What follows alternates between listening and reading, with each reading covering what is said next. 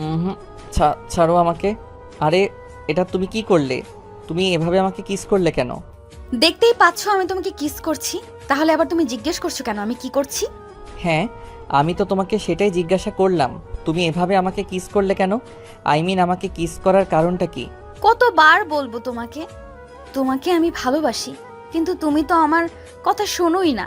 তাই আর কি করব, আমি নিজে একতরফাই তোমাকে ভালোবাসি। দেখো আপু, আমি তোমাকে শেষবারের মতো বলছি, তুমি আমার সঙ্গে আর এরকম করবে না। তুমি যদি নেক্সট টাইম আর কখনো আমার সঙ্গে এরকম করো, তাহলে কিন্তু আমি তোমার বাবা মায়ের সঙ্গে এই বিষয়ে কথা বলবো। আর তুমি যাতে আমাদের বাড়িতে কখনোই না আসতে পারো, আমি সেই বন্দোবস্তও করব। সে তোমার যা ইচ্ছা হয় তুমি তাই করতে পারো, তাতে আমার কোনো সমস্যা নেই। কিন্তু একটা কথা আমি তোমাকে পরিষ্কার জানিয়ে দিয়েছি, তুমি যাই কিছু করো না কেন, কিন্তু তাতে কোনো লাভ হবে না।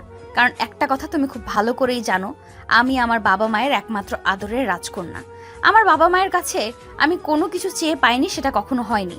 হ্যাঁ, সেসব আমি খুব ভালো করেই জানি, কিন্তু তাই বলে তুমি তোমার বান্ধবীর ছোট ভাইয়ের সঙ্গে এসব কিছু করতে পারো না।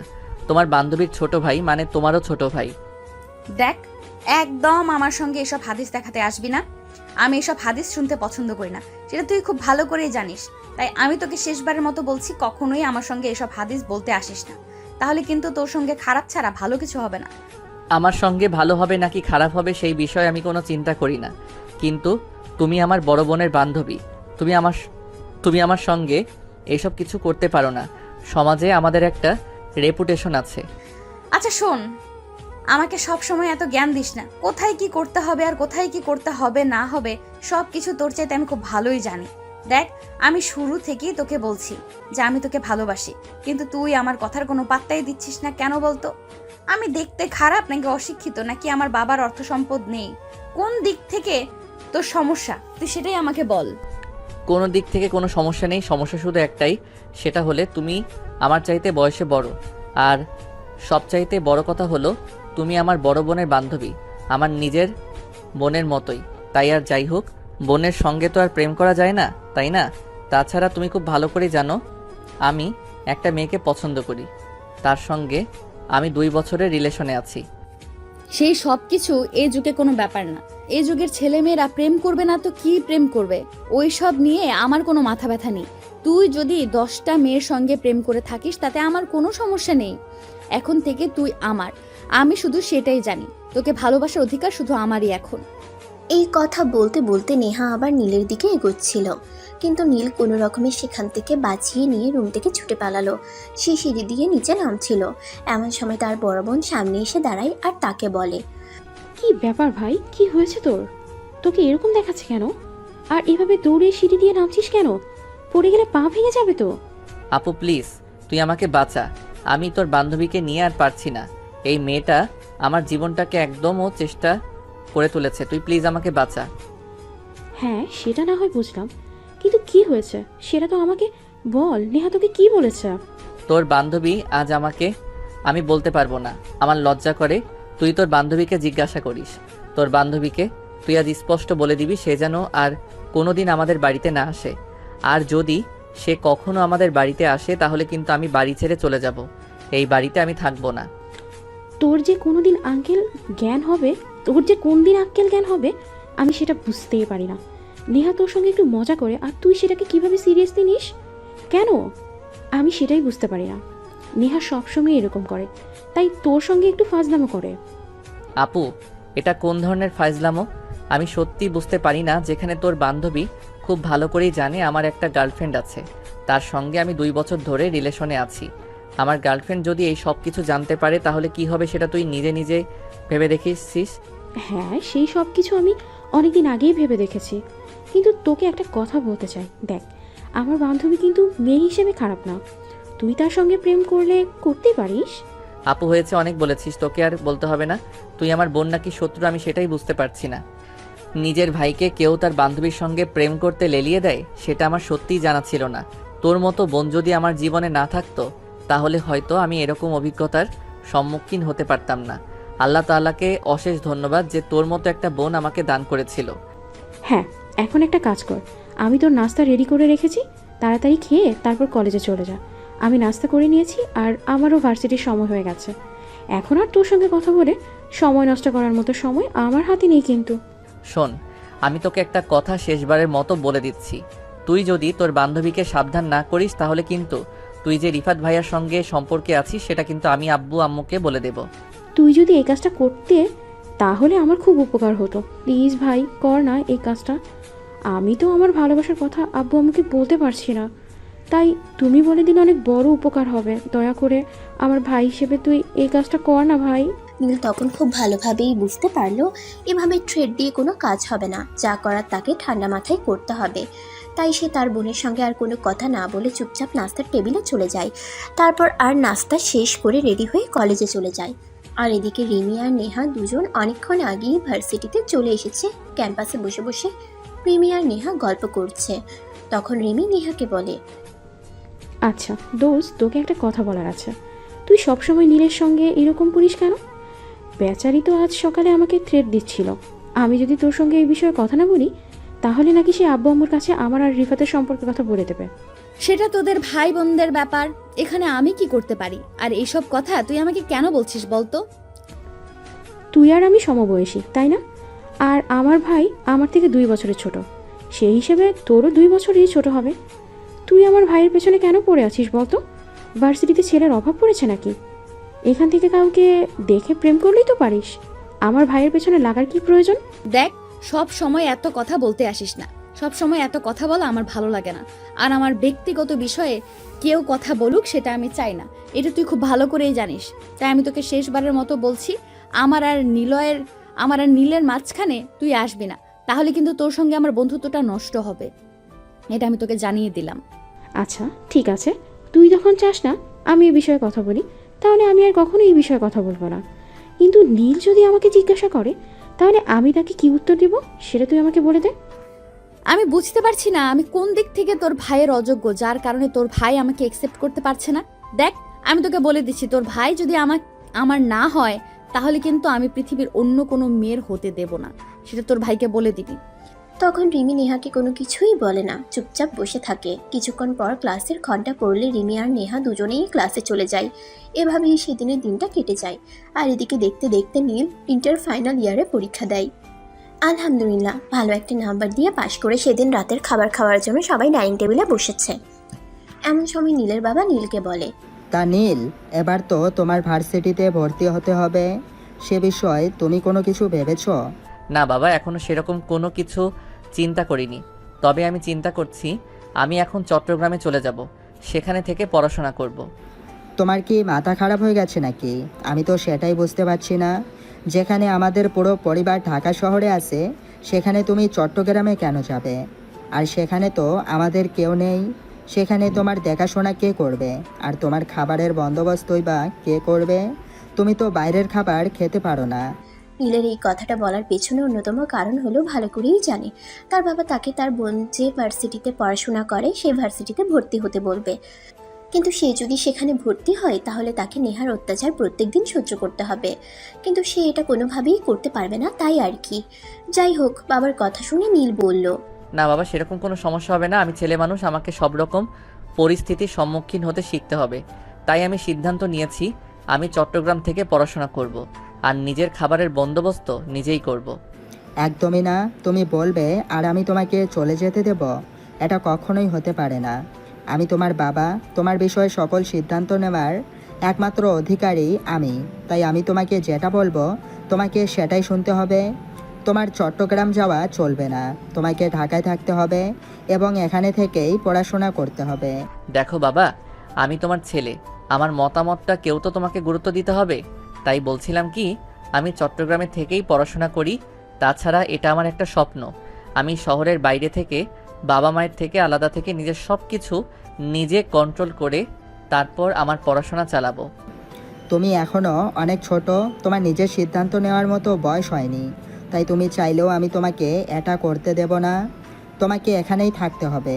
তাই আই অ্যাম সো সরি, তোমার এই কথাটা আমি রাখতে পারলাম না, তুমি আমাকে ক্ষমা করে দাও। আর রিমি, তোমাকে বলছি তুমি আগামীকালকেই তোমার প্রিন্সিপাল স্যারের সঙ্গে কথা বলে রাখবে।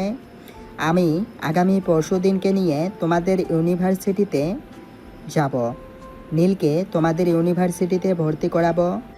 বাবার কাছ থেকে এই কথা শুনে নীলের মাথায় একদম আকাশ ভেঙে পড়ার মতো অবস্থা। সে তো কোনোভাবেই এই ইউনিভার্সিটিতে পড়াশোনা করবে না, কিন্তু সে তো তার বাবাকেও এই কথা বোঝাতে পারবে না, কারণ তার বাবা যেটা সিদ্ধান্ত নেন তিনি সেটাই করেন। এখন নীল কি করবে কিছুই ভেবে পাচ্ছে না, কারণ নেহা আর এই রিমি দুজনে একই ভার্সিটিতে পড়াশোনা করে। তোমার নীল যদি এই ইউনিভার্সিটিতে ভর্তি হয় তাহলে নেহার জ্বালাতন তাকে সহ্য করতে হবে, কিন্তু এই কথা সে তার বাবাকেও বলতে পারছে না। তাই সে তার বাবাকে বলে, বাবা প্লিজ তুমি দয়া করে আমার সঙ্গে এরকমটা করো না। আমি তোমাকে যেটা বলছি তুমি সেটা বোঝার চেষ্টা করো। আমি এখানে পড়াশোনা করতে পারবো না, আমার ভালো লাগে না ঢাকা শহরে। আমার কথার পরে কেউ কথা বলুক সেটা আমি পছন্দ করি না, এটা তুমি খুব ভালো করেই জানো। তাই আমি তোমাকে শেষবারের মতো বলছি, আমি তোমাকে যেটা বলছি তোমাকে সেটা মেনে নিতে হবে, এর অন্যতা হবে না। আপু প্লিজ তুমি বাবাকে একটু বুঝিয়ে বলো আমি এখানে পড়াশোনা করতে চাই না। প্লিজ প্লিজ একটু বাবাকে বলো আমি চট্টগ্রাম থেকে পড়াশোনা করতে চাই, নয়তোবা অন্য কোনো শহরে। দেখ, বাবার মুখের উপর আমি কখনো কথা বলিনি, সেখানেই তুমি কথা বলবে এটা আমার কল্পনার বাহিরে ছিল। যাই হোক, তারপরও আমি তোকে যেটা বলছি সেটা শোন। বাবা যেটা সিদ্ধান্ত নিয়েছে চিন্তা ভাবনা করেই সিদ্ধান্ত নিয়েছে, তাই আমি বললাম বাবার সিদ্ধান্তকে সম্মান করা উচিত। তার মানে হলো আপু তুইও আমাকে কোনো সাহায্য করবি না তাই তো? আচ্ছা ঠিক আছে, আমিও দেখি তোরা কে আমার সঙ্গে কতটুকু করতে পারিস। আল্লাহ পাক আমাকে ধৈর্য দান করুক। হ্যাঁ সেটাই, এখন কথা না বলে তাড়াতাড়ি খাবারটা শেষ কর, রাত অনেক হয়েছে, ঘুমাতে হবে। তখন কেউ আর কোনো কথা না বলে চুপচাপ যে যার যার মতো খাওয়া দাওয়া শেষ করে নিজেদের রুমে চলে গেল। এরপর চলে গেল আরও 2 দিন। সেদিন সকালবেলা ঘুম থেকে উঠেই নীলের বাবা নীলকে ডাকতে থাকে। এই নীল, নীল তুমি এখনও ঘুমাচ্ছ কেন? তোমাকে তো সেদিনই বলেছিলাম আজ তোমাকে ইউনিভার্সিটিতে ভর্তি করাতে নিয়ে যাব, কিন্তু তুমি এত বেলা পর্যন্ত ঘুমাচ্ছ কেন? বাবা প্লিজ আমি তোমাকে শেষবারের মতো রিকোয়েস্ট করে বলছি, আমাকে তুমি এই ইউনিভার্সিটিতে ভর্তি করিও না। এখানে পড়াশোনা করতে আমার একদমই মন চাইবে না। তাই আমি তোমাকে শেষবারের মতো রিকোয়েস্ট করে বলছি, তুমি আমাকে অন্যত্র ভর্তি করানোর চিন্তা করো। তোমার সাহস দেখে আমি অবাক না হয়ে পারছি না। যেখানে তোমার বোন থেকে শুরু করে তোমার মা আমার মুখে মুখে কথা বলে না, সেখানে তুমি আমার মুখে মুখে কথা বলছো আর আমার সঙ্গে তর্ক করছো। এটা তো আমি জাস্ট ভাবতেই পারছি না। তুমি ঠিক 30 মিনিটের মধ্যে ফ্রেশ হয়ে রেডি হয়ে নিচে আসবে, তারপর আমি তোমাকে নিয়ে ইউনিভার্সিটিতে ভর্তি করাতে যাব। এটাই আমার শেষ সিদ্ধান্ত, এরপর আমি আর কোনো কথা শুনতে চাই না। তখন নীল খুব ভালোভাবেই বুঝতে পারে তার সামনে আর কোনো রাস্তা খোলা নেই। এখন থেকে তার বাবার কথাই মেনে নিতে হবে। তাই সে চুপচাপ বিছানা থেকে নেমে ফ্রেশ হতে চলে যায় আর 20 মিনিটের মধ্যেই রেডি হয়ে নিচে আসে নাস্তা করার জন্য। নাস্তা করতে করতে রিমি বলে, আব্বু তুমি নীলকে নিয়ে বাইকে করে চলে যাও, আমি গাড়িতে করে নেহাকে নিয়ে তারপর ভার্সিটি যাব। নেহা প্রতিদিনই ভার্সিটি যাওয়ার সময় আমার জন্য অপেক্ষা করে, আমি তাকে প্রতিদিনই ভার্সিটি যাওয়ার সময় তুলে নেই। আচ্ছা ঠিক আছে, কোনো সমস্যা নেই, যেভাবে মন চায় সেভাবে যাও। আমাদের তো আর গাড়ি বা বাইক কোনোটাই অভাব নেই। যার যেটা ভালো লাগে সেটাই করে যাবে। এখানে আবার বলার কি আছে বল? তখন রিমি আর কোনো কথা না বলে নাস্তাটা শেষ করে আর নাস্তা শেষ হলে রেডি হয়ে বাসা থেকে বেরিয়ে পড়ে ভার্সিটি যাওয়ার উদ্দেশ্যে। অপরদিকে নীল তার বাবার সঙ্গে ভার্সিটিতে অ্যাডমিশন নিতে এসেছে। প্রিন্সিপাল স্যারের সঙ্গে কথা বলে তার বাবা তাকে ভার্সিটিতে অ্যাডমিশন করিয়ে দেয়। এদিকে তার বাবা ভার্সিটি থেকে বের হয়ে যায় আর রিমি আর নেহা দুজন ইউনিভার্সিটিতে প্রবেশ করে। ভার্সিটিতে প্রবেশ করতেই নেহার চোখ নিজের উপর পড়ে আর সে সেখান থেকে দৌড়ে গিয়ে নীলের সামনে দাঁড়ায় আর তাকে বলে, কি ব্যাপার জান পাখি, শুনলাম নাকি তুমি এত কিছু করেও অন্য কোথাও যেতে পারলে না, শেষমেশ আমার ভার্সিটি অ্যাডমিশন নিতে হলো। এখন থেকে তো সারাক্ষণ তোমাকে আমার সামনেই থাকতে হবে। হ্যাঁ সেটা তো আমিও সারাক্ষণ মনে মনে ভাবছি। এখন থেকে একটা পেতনির সামনেই আমাকে সারাক্ষণ থাকতে হবে, আর পেতনিটা সারাক্ষণ আমাকে জ্বালাবে। আজ তো শাকচুন্নি একটা দেখলেই গা ঘিনঘিন করে। আমি তো এটাই ভাবতে পারছি না এখানে আমি পড়াশোনাটা করব কি করে। নীল, এটা কিন্তু একদম ঠিক হচ্ছে না। তুমি কিন্তু যথারীতি আমাকে অপমান করছো। এই অপমান কিন্তু আমি কোনোভাবেই সহ্য করব না, এটা তোমাকে বলে দিলাম। আমার কথা যদি আপনার সহ্য না হয় তাহলে আপনি যা ইচ্ছে তাই করতে পারেন, আমার কোনো আপত্তি নেই। তবে আপনার মতো একটা শাকচুন্নি আর আমি কি সহ্য করা আমার পক্ষে কোনোভাবেই পসিবল নয়। এই কথা বলে নীল সেখানে আর এক মুহূর্তও দেরি না করে সেখান থেকে সোজা নিজের ক্লাসরুমে চলে গেল। কারণ সে খুব ভালো করেই জানে এখানে বেশিক্ষণ টিকা যাবে না, এখানে বেশিক্ষণ কাটালে উল্টাপাল্টা কিছু হয়ে যেতে পারে। এদিকে নীল চলে যেতেই নেহা রিমিকে বলতে থাকে, দেখ রিমি, তোর ভাই কিন্তু একটু বেশি বাড়াবাড়ি করছে। তোর ভাইকে তুই একটু বুঝিয়ে বল, তা না হলে কিন্তু আমি কি করব তার কিন্তু কোনো ঠিক নেই। দেখ, তোদের মধ্যে থাকার কোনো ইচ্ছা আমার নেই। তোদের চাইছে তারা তাই করতে পারিস, তাতে আমার বিন্দুমাত্র মাথা ব্যথা নেই। আর এইসব বিষয় যদি আমাকে ইনভলভ না করিস তাহলে আমি সবচেয়ে বেশি খুশি হব। বুঝতে পেরেছিস আশা করি। তারপর দুজনে মিলে ক্লাসরুমে চলে গেল। এভাবেই কাটতে থাকলো দিনকাল। নেহার অত্যাচার নীলের উপর ইদানিং বেড়েই চলেছে। সেদিন তো নীল কলেজ ক্যাম্পাসে প্রকাশ করছিল, এমন সময় কোথা থেকে নেহা দৌড়ে এসে নীলকে জড়িয়ে ধরে।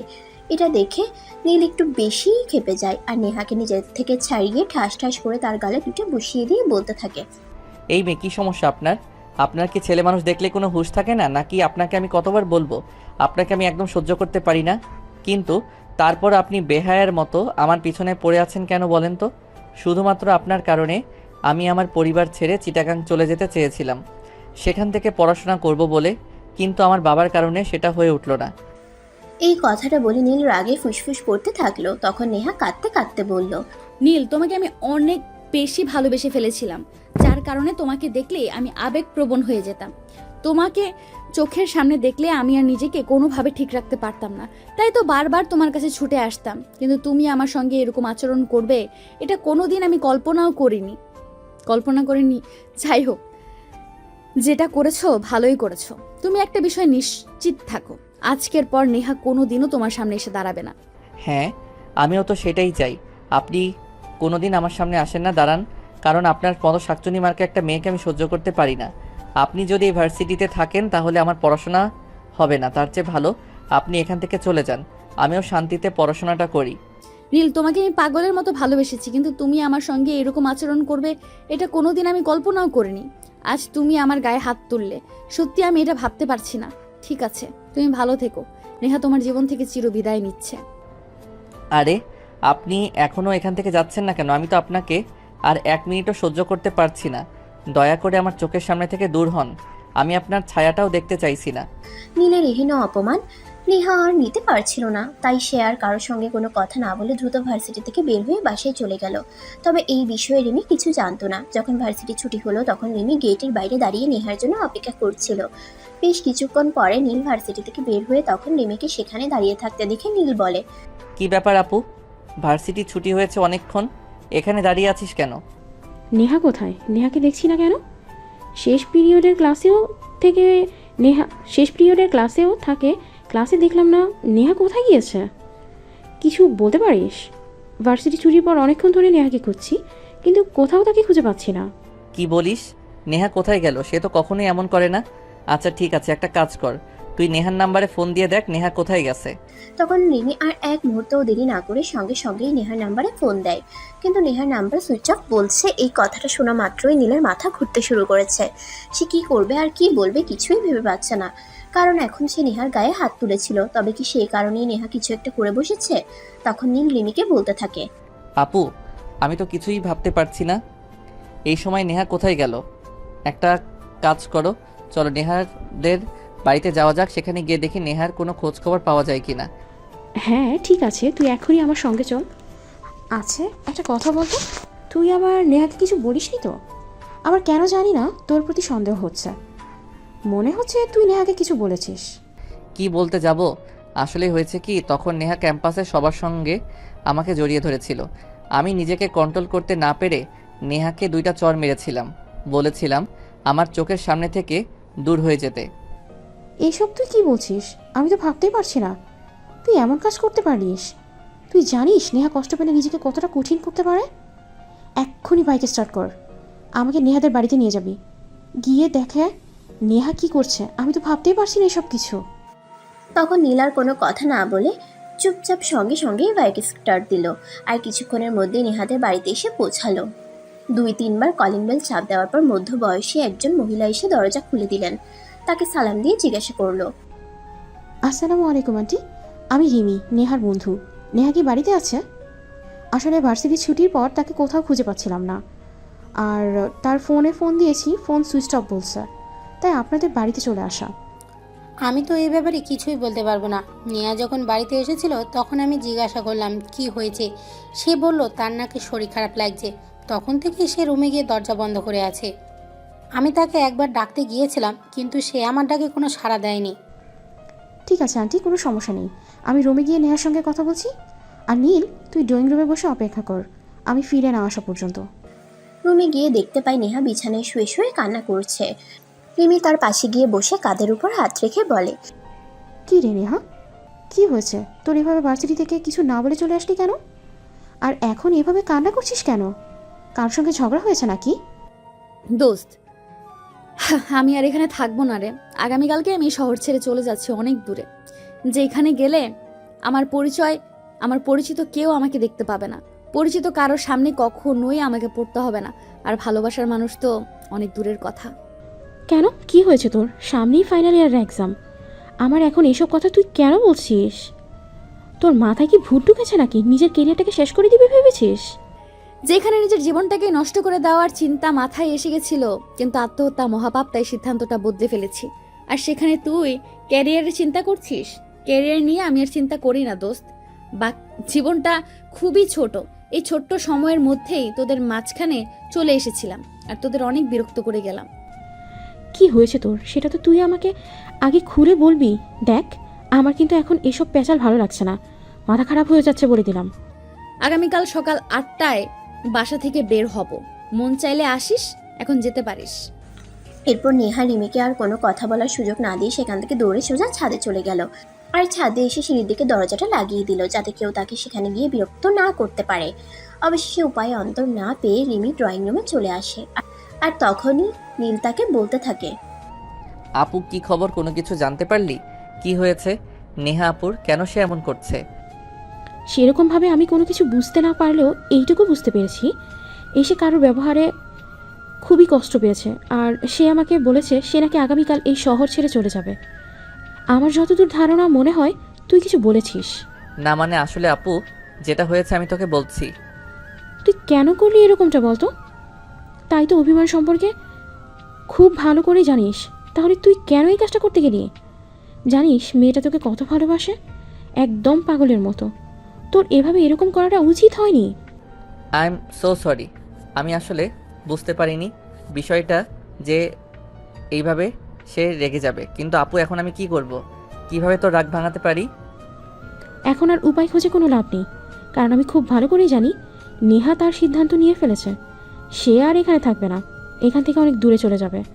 কিন্তু কোথায় যাবে সে বিষয়ে আমাকে কোনো কিছুই বলেনি, তাই আমি তাকে কোনো আপডেট দিতে পারছি না। তবে একটা কথা বলতে পারছি যে সে আর কোনোদিন তোর সামনে এসে দাঁড়াবে না। তাহলে কি আর করব, তুই বল সেটা। আমার মাথা কোনো কাজ করছে না। আসলে আমার অনেক বেশি রাগ উঠে গেছিল, তাই আমি এরকমটা করেছিলাম। কিন্তু সে এভাবে কষ্ট পাবে এটা আমি ভাবতে পারিনি। হঠাৎ কোনো সিদ্ধান্ত নিতে এটাও আমার কল্পনাতে ছিল না। এখন আর চিন্তা করে কি হবে? এখানে পৌঁছাতে কেউ কোনো লাভ হবে না। চল বাসা যাওয়া যাক, তারপর ঠান্ডা মাথায় চিন্তা ভাবনা করি নেহাকে কোনোভাবে আটকানো যায় কিনা। দেখ, সামনেই ফাইনাল ইয়ারের এক্সাম, এখন যদি এখান থেকে চলে যাই তাহলে তো আর সে এক্সাম দিতে পারবে না, কেরিয়ারটা একদম শেষ হয়ে যাবে। তারপর বাসায় এসে নীল আর রিমি দুজনে অনেক চিন্তা ভাবনা করতে থাকলো, কিন্তু কোনো উপায় অন্তর খুঁজে পেল না। আর পাবেই বা কি করে? নেহা এমনিতে খুব একটা রাগী মেয়ে সেরকম কিন্তু নয়, কিন্তু হুট করে যদি রাগ উঠে যায় তাহলে সে কি করবে না করবে কিছুই ভেবে পায় না। তার মাথায় যেটা আসে সে সেটাই করে। এই বেলাতেও তার সঙ্গে ঠিক এটাই হয়েছে, সে প্রচণ্ড পরিমাণে রেগে গেছে। তাই আর যাই হোক, তাকে কোনো কিছু বলে আটকানো যাবে বলে মনে হচ্ছে না। এদিকে নেহা এভাবে চলে যাবে এই কথা শুনে নীলের প্রচণ্ড পরিমাণ খারাপ লাগছে। সে অনেক চিন্তা করেছে কিন্তু কোনো উপায় খুঁজে পাচ্ছে না। অবশেষে সে রিমিকে বলে, আমি যদি নেহাকে সরি বলি আর অনেকবার ক্ষমা চাই, তাহলে নেহা নিশ্চয়ই আমাকে ক্ষমা করে দেবে। কিন্তু আমার সেরকমটা মনে হচ্ছে না, কারণ নেহার সঙ্গে আমার অনেক দিনের বন্ধুত্ব, আমি মোটামুটি তাকে ভালোই চিনে ফেলেছি। তাই আমার মনে হয় এই সব কিছু করে কোনো কাজ হবে না। তাহলে এখন আমি কি করব? তুই অন্তত আমাকে সেটা বলে দে, আমি নেহাকে আটকাবো কি করে? নেহাকে আটকানো সম্ভব নয়, তাকে যেতে দেয়। সে যদি সত্যিই তোকে ভালোবাসে তাহলে আজ না হোক কাল ভালোবাসা টানে সে ফিরে আসবেই। আর যদি সে ফিরে না আসে তাহলে ভেবে নিস নেহা তোর কপালে ছিল না। তখন নীল আর কোনো কথা বলতে পারলো না, কারণ তার বলার মতো কিছুই ছিল না। সে কি বলবে? নেহা তো তাকে পাগলের মতো ভালোবেসেছিল, কিন্তু সে তো নেহার ভালোবাসাকে একদমই পাত্তা দেয়নি। উল্টো সে নেহাকে বারংবার অপমান করেছে। অবশেষে সে নেহার গায়ে হাত পর্যন্ত তুলেছে। এখন তো আর নেহা তাকে কোনোভাবেই ক্ষমা করবে বলে মনে হচ্ছে না। যাই হোক, দেখতে দেখতে কোনোভাবে সেদিন রাতটা কেটে গেল। পরের দিন সকাল হতে না হতেই নেহারা ব্যাগপত্র গুছিয়ে রেডি হয়ে গেল। তার মা তাকে অনেকবার জিজ্ঞাসা করেছে এই বিষয়ে, কিন্তু সে তার মাকে বরাবরই উত্তর দিয়েছে। তোমাকে আমি একবারই বলেছি, আমাকে কোনো প্রশ্ন করো না, কারণ আমাকে প্রশ্ন করলে তুমি কোনো উত্তর পাবে না। আমার যেটা ভালো লাগছে আমি সেটাই করছি। আমার ক্যারিয়ার নিয়ে তোমাদের কোনো চিন্তা করতে হবে না, আমাকে নিয়েও চিন্তা করতে হবে না। তোমাদের যা সম্পদ আছে সব কিছু তোমার ছেলের নামে লিখে দাও। আমি তোমাদের সম্পদে ভাগ বসাতে আসবো না, আর আদৌ কোনো দিন তোমাদের এখানে ফিরে আসবো কিনা সেটাও জানি না। এসব তুই কি বলছিস? আমি সত্যিই কিছু বুঝতে পারছি না, আর ভাবতেও পারছি না। তোর কি সত্যি সত্যি এবার মাথা খারাপ হয়ে গেছে? তুই এমন পাগলের মতো প্রলেপ কেন করছিস? বলবি না আমাকে? আমি কোনো কৈফিয়ত দিতে বাধ্য নই। আমি এই বাড়ি থেকে চলে যাচ্ছি, কিন্তু তোমাদের টাকা পয়সা নিয়ে যাচ্ছি না। শুধু এই বাড়ি থেকে আমার দাদুর দেওয়া একটা স্বর্ণের ব্রেসলেট নিয়ে যাচ্ছি। আমাকে কয়েকটা দিন তো চলতে হবে, তাই আমি এটা বিক্রি করে সে টাকা দিয়ে কয়েকদিন চলবো।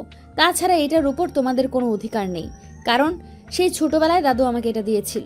সে বিষয়ে আমি তোকে কিছুই বলছি না। তোর যা ইচ্ছা হয় তুই তাই এই বাড়ি থেকে নিয়ে যেতে পারিস, কিন্তু কোথায় যাচ্ছিস, কেন যাচ্ছিস, সে সব কিছুই তো আমাকে বলে যাবি। আমি তোর মা, আর তুই আমার মেয়ে, এবং যথেষ্ট বড় হয়েছিস, তাই ভাবে হুটহাট কোথাও চলে যেতে পারিস না। মা, এখন আর আমি ছোট বাচ্চা নই যে আমি হারিয়ে যাব। হারিয়ে যাওয়ার বয়সটা আমার জীবন থেকে চলে গেছে। এখন শুধু হারিয়ে ফেলার সময়টা এসেছে। আমি আমার জীবন থেকে হয়তো অনেক কিছুই হারিয়ে ফেলছি বা হারিয়ে ফেলবো, কিন্তু নিজে হারাবো না। ভালো থাকতে পারবো কিনা জানি না, তবে ভালো থাকার চেষ্টা করব। তুমি শুধু তোমার সন্তানের জন্য দোয়া করো। মেয়ের মুখ থেকে এমন কথা শুনে নেহার মায়ের চোখ দিয়ে অঝরে পানি ঝরছে, কিন্তু তিনি কি করবেন আর কি বলবেন কিছুই ভেবে পাচ্ছেন না। নেহার বাবা এখানে থাকেন না, উনি চাকরি সূত্রে দেশের বাইরে থাকেন, আর 2 সন্তান নিয়ে নেহার মা বাংলাদেশে থাকেন। অনেক চেষ্টার পরেও মেয়ের মাথা থেকে বাড়ি থেকে চলে যাওয়ার বুদ্ধিটা সরাতে পারলেন না। যাই হোক ভিউয়ার্স, চলুন দেখা যাক কি হয় অবশেষে। আপু চল আমার সঙ্গে গিয়ে দেখি নেহাকে কোনোভাবে আটকানো যায় কিনা। আমার জন্য একটা মেয়ে শহর ছেড়ে, বাড়ি ছেড়ে, আপনজন ছেড়ে চলে যাবে, এটা আমি মেনে নিতে পারছি না। এই বিষয়টা তোর আগেই চিন্তা করা উচিত ছিল, কারণ নেহাকে এখন আর যাই হোক আটকানো যাবে না, কারণ সে কারোর কোনো কথাই শুনবে না। তারপরও তুই আমার একমাত্র ভাই, সেজন্য তোর জন্য আমাকে কিছু করতেই হবে। এখন তুই আমার সঙ্গে চল। আম্মু, তোমাকে একটা কথা বলতেছি, তুমি কিন্তু আব্বুকে ফোন দিয়ে কোনো কিছু বলবে না। যখন বাসায় আসবে তখনই যেন উনি এই বিষয়টা জানেন, তার আগে নয়। আব্বু সব সময় ব্যবসার কাজে খুব চিন্তিত থাকেন, তাই তোমাকে শেষবারের মতো বলছি, আব্বুকে কোনো কিছু বলতে যাবে না। প্লিজ নেহা আপু, আপনি এভাবে এখান থেকে চলে যাবেন না, তাহলে আমি নিজেকে কোনোদিন ক্ষমা করতে পারবো না। আপনি আমার জন্য নিজের জীবনটা শেষ করবেন না প্লিজ। তোমাকে কে বলেছে আমি তোমার জন্য আমার জীবনটা শেষ করব? একদমই না। আমি আমার ভালোবাসার জন্য অনেক দূরে চলে যাচ্ছি, যেখানে ভালোবাসা আমার চোখের সামনে ঘুরে বেড়াবে, কিন্তু আমার হবে না। সেই ভালোবাসাকে আমি সহ্য করতে পারবো না, তাই আমি অনেক দূরে চলে যাচ্ছি, যেখানে ভালোবাসা ছাড়া ভালো থাকতে পারবো। নেহা আপু প্লিজ, আমি আপনাকে শেষবারের মতো রিকোয়েস্ট করে বলছি, আপনি প্লিজ আপনার সিদ্ধান্ত থেকে বেরিয়ে আসুন। এইভাবে হঠাৎ কোনো সিদ্ধান্ত নেবেন না যেটা আপনার জন্য ক্ষতিকর হবে। নীল প্লিজ, আমাকে বাধা দিও না, যাত্রাপথে বাধা দিতে নেই। আমি তোমার জন্য এখান থেকে চলে যাচ্ছি না, আমার ভালো লাগছে তাই চলে যাচ্ছি। এখানে তোমার কোনো দোষ নেই, তুমি অযথাই নিজেকে দোষী সাব্যস্ত করো না। ভালো থেকো, দোয়া করি জীবনে ভালো কাউকে জীবনসঙ্গী হিসেবে পাও। এদিকে অতঃপর নেহা আর কোনো উত্তরের অপেক্ষা না করে সেখান থেকে বের হয়ে চলে গেল। কোথায় যাবে সে বিষয়ে বাড়ির কাউকেই কোনো কিছু বলেনি, এমনকি তার কলিজার বান্ধবী রিমিকেও সে এই বিষয়ে কোনো কিছু বলেনি। নেহা বাসা থেকে বের হয়ে যাওয়ার কিছুক্ষণ পর রিমি আর নীল দুজনেই তাদের বাড়িতে চলে আসে। এরপর চলে গেল অনেক দিন। ইতিমধ্যে রিমির বিয়ে হয়ে গেছে, আর নীল তার বাবার কোম্পানিতে জয়েন করেছে। আজ নীল তার ব্যবসার কাজে একটু সিলেট যাবে, তাই সকালবেলা ঘুম থেকে উঠেই ফ্রেশ হয়ে নাস্তা করে সিলেটের উদ্দেশ্যে রওনা দিয়ে দিল। বাসা থেকে বের হতেই আজ তার কেন জানি না নেহার কথা খুব মনে পড়ছে। কোথায় আছে, কেমন আছে, এতদিন হয়ে গেল। নেহা মায়ের সঙ্গে অনেকবার যোগাযোগ করা হয়েছে, কিন্তু নেহার পরিবারের সঙ্গে সে যোগাযোগ রাখলেও কখনো এটা তার পরিবারকে জানায়নি সে কোথায় আছে। তাই এই বিষয়ে কেউ কোনো আপডেট দিতে পারে না। আনমনে নীল বসেছিল, তখনই তার ড্রাইভার তাকে বলল, কি ব্যাপার স্যার, আপনার কি হয়েছে? আপনি এভাবে আনমনে হয়ে বসে আছেন কেন? আপনাকে তো কখনো এরকম হতে দেখিনি। না, সেরকম কিছু নয়। আসলে আমার অতিথির একটা দিনের কথা আজ খুব মনে পড়ছে, তাই যাই হোক, এসব বিষয়ে আমি তোমার সঙ্গে আলোচনা করতে চাই না। তুমি তাড়াতাড়ি গাড়িটা চালাও, কারণ মিটিংয়ের টাইম হয়ে আসছে। হ্যাঁ স্যার, আমি গাড়ি চালাচ্ছি, তবে আপনাকে এইভাবে আনমনে বসে থাকবো দেখলে আমার না খুব খারাপ লাগে। আপনি প্লিজ এভাবে আনমনে বসে থাকবেন না, নিজেকে একটু রিফ্রেশ করুন। আমি একদম ঠিক আছি, এই বিষয়ে আপনাকে কোনো চিন্তা করতে হবে না। আর মেয়েদের খারাপ আপনাকে সেই অফিসের লোকেশনটা দিয়েছিল তো, সেই অফিসে আমরা আজ মিটিংয়ে যাচ্ছি। হ্যাঁ, ম্যানেজার সাহেবের দিতে মনে ছিল না, কিন্তু আমি নিজের থেকে ওনার কাছ থেকে লোকেশনটা চেয়ে এনেছি, কারণ আমি তো আজকের আগে কখনো এখানে আসিনি, তাই এখানকার কোনো কিছু সেরকম চেনা জানা নেই, তাই দরকার লাগবে বলে আমি নিয়ে এসেছি। আর হ্যাঁ, আমরা কিন্তু আমাদের লোকেশনের খুব কাছাকাছি চলে এসেছি। এখান থেকে হয়তো আমাদের লোকেশনে পৌঁছতে আর 1 ঘন্টার মতো সময় লাগবে। তুমি ড্রাইভার সাহেব জানে না মানে একটা বিষয় খুব অবাক লাগছে। ওই কোম্পানির নাম নেহা গ্রুপ অফ কোম্পানি কেন? স্যার, এসব বাচ্চাদের মতো প্রশ্ন আমি আর নিতে পারছি না। ওই কোম্পানির মালিকের নাম হয়তো নেহা, তাই ওনার কোম্পানির এই নামকরণ করা হয়েছে, কিন্তু আপনি এমন বাচ্চাদের মতো প্রশ্ন কেন করছেন? আমি তো সেটাই বুঝতে পারছি না। আসলে আমি এই প্রশ্নটা করছি তার একটাই কারণ, এই নামটা আমার খুবই পরিচিত। কিন্তু আদৌ কি এই নামের মানুষটাই আমার সেই পরিচিত মানুষটা? আপনি এত চিন্তিত কেন হচ্ছেন আমি সেটা বুঝতে পারছি না। এই নামে আপনার যদি কেউ পরিচিত কেউ থাকে, তাহলে আমরা যে কোম্পানির সঙ্গে ডিল করতে যাচ্ছি সেই কোম্পানির এমডির কি সম্পর্ক থাকতে পারে? তাছাড়া হতেও পারে এই মেয়েটাকে পরিচিত কেউ নয়, ভাই এমনও হতে পারে আমরা যেই কোম্পানির সঙ্গে ডিল করতে যাচ্ছি আপনার নামের সেই মানুষটা হয়তো এই কোম্পানির এমডি। হ্যাঁ, আমারও কেন জানি না বারবার এরকম কিছুই মনে হচ্ছে, কিন্তু এখনও পর্যন্ত কনফার্ম হয়ে কোনো কিছুই বলতে পারছি না। যাই হোক, এখানে পৌঁছানোর পরই আসল ঘটনা জানা যাবে। এখন তুমি দ্রুত গাড়ি চালাও, আমার কেন জানি সময় কাটতে চাইছে না। অতঃপর ড্রাইভার আর কোনো কথা না বলে চুপচাপ গাড়ি চালাতে থাকলো। প্রায় 55 মিনিটের মাথায় সেই লোকেশনে এসে পৌঁছে গেল। কোম্পানির ভিতর ঢুকতেই রিসেপশনের মেয়েটা বলল, এক্সকিউজ মি স্যার, আমি যদি খুব বেশি ভুল না করে থাকি তাহলে আপনি নীল অফ গ্রুপ অফ কোম্পানির মালিক নীল চৌধুরী, তাই না? হ্যাঁ, আমি নীল চৌধুরী, আর আজ আপনাদের ম্যাডামের সঙ্গে আমার মিটিং আছে। আপনাদের ম্যাডাম কি এই মুহূর্তে অফিসে উপস্থিত আছেন? সরি ম্যাডাম, একটু আগে অফিসে নিছিল, কিন্তু ওনার একটা দরকারি কাজ পড়ে গেছে, তাই একটু বের হয়েছেন। তবে চিন্তার কোনো কারণ নেই, আপনি একটু ওয়েট করুন, ম্যাডাম 10 মিনিটের মধ্যে চলে আসবেন। ওকে, ঠিক আছে, কোনো সমস্যা নেই, আমি ওয়েট করছি। তবে আমরা তো এখানে নতুন এসেছি, আমি এর আগে কখনো এই জায়গায় আসিনি, সেই জন্য এখানকার কোনো কিছু আমাদের চেনা জানা নেই। স্যার, আমি বুঝতে পেরেছি আপনি কোন বিষয়ে কথা বলতে চাইছেন। আপনার চিন্তার কোনো কারণ নেই। ম্যাডাম আমাকে আগেই বলেছিল আপনাদের জন্য গেস্ট ইউজার রুম বুক করে রাখতে। আমাদের অফিস থেকে 5 মিনিট পর একটা ভালো গেস্ট হাউস আছে, আর আমি সেইখানে আপনাদের থাকার ব্যবস্থা করছি। তাছাড়া ম্যাডাম আমাকে আরও বলেছে ম্যাডামের বাসা অফিস থেকে কাছে, আপনারা চাইলে ম্যাডামের বাসাও অতিরিক্ত গ্রহণ করতে পারেন। এতে ম্যাডামের কোনো প্রকার কোনো প্রবলেম হবে না। না চেনার কোনো প্রয়োজন হবে না, আমরা গেস্ট হাউসে থাকতে পারবো, আমাদের কোনো প্রবলেম নেই। যাই হোক, আপনি প্লিজ একবার আপনার ম্যাডামকে কল করে নিন, জানিয়ে দিন আমরা চলে এসেছি। এরপর রিসেপশনের মেয়েটা নীল ওয়েটিং রুমে বসে অপেক্ষা করতে থাকলো। প্রায় 10 মিনিট পরে রিসেপশনের মেয়েটা বলল, ম্যাডাম চলে এসেছেন, আপনাকে ওনার কেবিনে যেতে বলেছেন। আপনি প্লিজ আমার সঙ্গে আসুন, আমি আপনাকে ম্যাডামের কেবিন পর্যন্ত পৌঁছে দিচ্ছি। এখন ঋষি নীলকে নেহার কেবিন পর্যন্ত পৌঁছে দিয়ে সেখান থেকে চলে গেল। নীল কেবিনের দরজার সামনে দাঁড়িয়ে দেখতে পেল একটা মেয়ে খুব মনোযোগ সহকারে ল্যাপটপে কাজ করছে, কিন্তু তার সামনে ল্যাপটপ থাকায় তার চেহারাটা ভালোভাবে বোঝা যাচ্ছে না।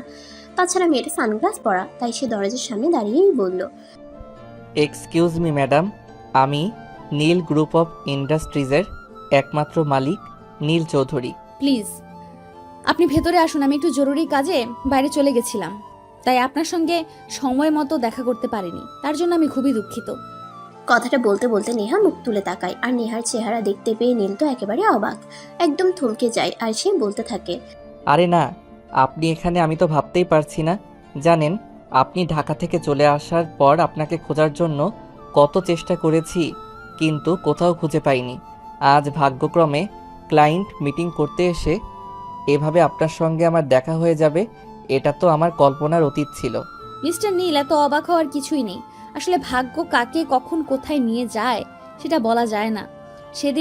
যেদিন আমি ঢাকা থেকে চলে এসেছিলাম, সেদিন ভেবেছিলাম আর কিছু পারি আর না পারি, হয়তো কিছু একটা করে নিজের পেট তো চালাতে পারবো। তাই সেদিন থেকে নিজের ভাগ্যের সঙ্গে যুদ্ধ করতে শুরু করি।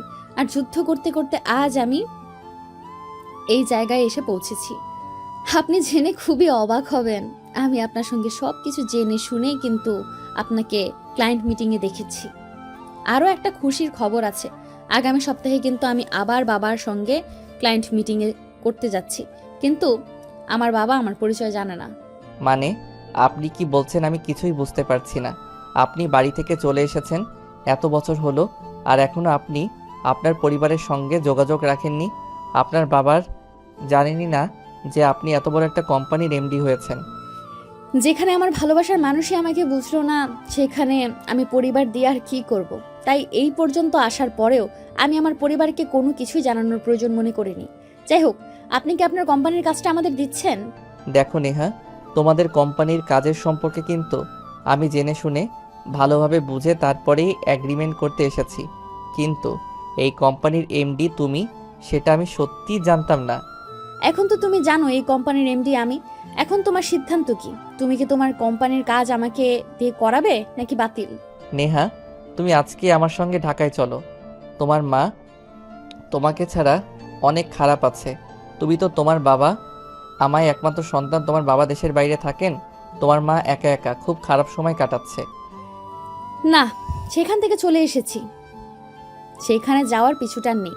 তাছাড়া আরও একটা কথা, আমি খুব তাড়াতাড়ি বিয়ে করতে চলেছি। মানে এসব কি বলছো তুমি? আমি কিছুই বুঝতে পারছি না। তুমি তো আমাকে ভালোবাসতে, আর আমার ভালোবাসা পাওনি বলেই তো পরিবার ছেড়ে এখানে চলে এসেছিলে। এখন তুমি বিয়ে করতে চলেছো। অনেক, কাকে বিয়ে করছো আর কেন করছো? এত সব কথা এখন বলার সময় নেই, কারণ আমি তোমার পুরো কোম্পানিটার দায়িত্বে আমি একাই আছি। সব কিছু আমাকে একা হাতে সামাল দিতে হয়। তাই এত কথা বলে সময় নষ্ট করতে চাই না। তোমার সঙ্গে আমার কাজের ব্যাপারে এগ্রিমেন্ট করানোর আছে। তুমি যদি তোমার কোম্পানির কাজ আমার কোম্পানিকে নিয়ে করাও বা করাতে চাও, তাহলে এগ্রিমেন্ট করাতে পারো, আর নয়তো আসতে পারো।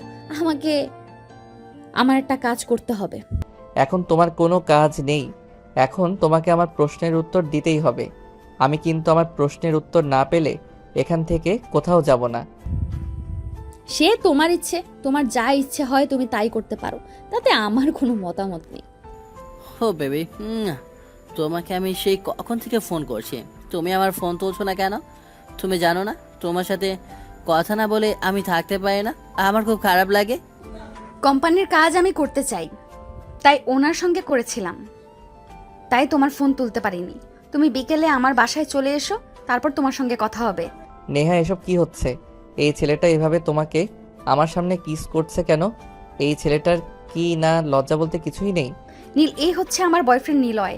তার সঙ্গে আমি 3 বছর ধরে রিলেশনে আছি। আমরা খুব শীঘ্রই বিয়ে করতে চলেছি। তোমাকে কিন্তু অবশ্যই ইনভাইট করব, চলে এসো। Neha, please stop this nonsense.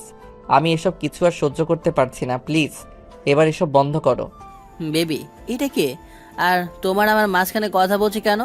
তুমি তো আমাকে বলেছিলে তুমি ক্লায়েন্ট মিটিং করছো, কিন্তু এই ছেলে তোমার পার্সোনাল বিষয়ে কেন কথা বলছে সেটা আমাকে বলো। ও বেবি, তোমাকে সব কিছু আমি পরে বলছি। এখন তুমি আসো, আমি মিটিংটা শেষ করে আসি। তুমি তো জানোই আমার কাছে আমার কাজ সবার আগে। আমি আমার কাজের আগে কাউকে প্রায়োরিটি দেই না। তবে এই কথাটা সত্যি যে উনি সত্যি সত্যি ওনার সঙ্গে আমি নেক্সট কাজের এগ্রিমেন্ট করছি। ওকে বেবি, কোনো সমস্যা নেই। তাহলে এখন আমি আসি, বিকেলে তোমার বাসায় চলে আসবো কিন্তু। আচ্ছা ঠিক আছে, বাই বেবি। ওহে মিস্টার নীল, আপনাকে যেটা বলছিলাম, এখন আপনি কি সিদ্ধান্ত নিলেন না? আপনার কোম্পানির কাজ কি আমাকে দিয়ে করাবেন? না, এক্ষুনি তুমি আমার সঙ্গে ঢাকায় চলো। তুমি আমাকে ভালোবাসো, তুমি আমাকে বিয়ে করবে। আমি ছাড়া তোমার জীবনে অন্য কেউ আসবে না। তাই নাকি মিস্টার নীল? কিন্তু আমি এখন অন্য একজনকে ভালোবাসি, তাকে যেন অন্য কাউকে বিয়ে করা আমার পক্ষে সম্ভব না। আপনি দয়া করে আসতে পারেন, আর আপনার যদি মনে হয় আপনার কোম্পানির কাজটা আপনি আমাকে দিয়ে করাবেন, তাহলেই আপনি আমার সঙ্গে নেক্সট কন্ট্রাক্ট করবেন, আর নয়তো আমি আপনার সাথে কোনো কন্ট্রাক্ট রাখতে চাই না। এই কথাটা বলেই নীল নেহাকে টান দিয়ে তার পাজা খুলে তুলে নেয় আর কেবিন থেকে বের হয়ে আসে। সেটা দেখে রিসেপশনের মেয়েটা দৌড়ে এসে নীলের সামনে দাঁড়ায় আর বলে, এক্সকিউজ মি স্যার, এটা আপনি কি করছেন? আপনি আমাদের ম্যাডামকে এভাবে তুলে নিয়ে যাচ্ছেন কেন? কি আপনি? দয়া করে আমাদের ম্যাডামকে ছেড়ে দিন, তা না হলে কিন্তু আমি পুলিশকে কল করতে বাধ্য হব। এক্সকিউজ মি ম্যাডাম, এটা আমাদের দুজনের পার্সোনাল ব্যাপার। আমি আশা করব আপনি এ ব্যাপারে নাক গলাতে আসবেন না। আর যদি আমাদের দুজনের মাঝখানে আপনি নাক গলাতে আসেন তাহলে কিন্তু আপনার সঙ্গে খারাপ কিছু হয়ে যেতে পারে বলে দিলাম। সো নিজে সেফ থাকুন। স্যার প্লিজ আপনি ম্যাডামকে ছেড়ে দিন। ম্যাডামের সঙ্গে এরকম কিছু করবেন না। দেখুন, ম্যাডাম একজনকে ভালোবাসে, আর সে যদি জানতে পারে আপনি ম্যাডামের সঙ্গে এসব কিছু করেছেন তাহলে কি হবে আমি জাস্ট ভাবতেই পারছি না। ও তাই নাকি? আচ্ছা ঠিক আছে, তাহলে আপনি এখনই সেই মানুষটাকে ফোন দিয়ে বলে দিন আমি তার ভালোবাসার মানুষকে তুলে নিয়ে যাচ্ছি, পারলে আমাকে ঠেকাতে। নীল, এখন কিন্তু একদম বেশি বাড়াবাড়ি হয়ে যাচ্ছে।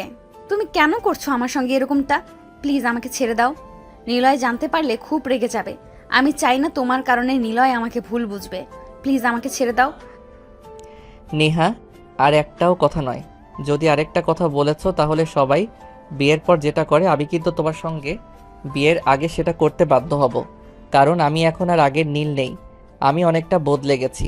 তোমাকে আমি সারা বাংলাদেশে তন্ন তন্ন করে খুঁজে বেরিয়েছি, কিন্তু কোথাও তোমার সারাটা পর্যন্ত দেখতে পারিনি।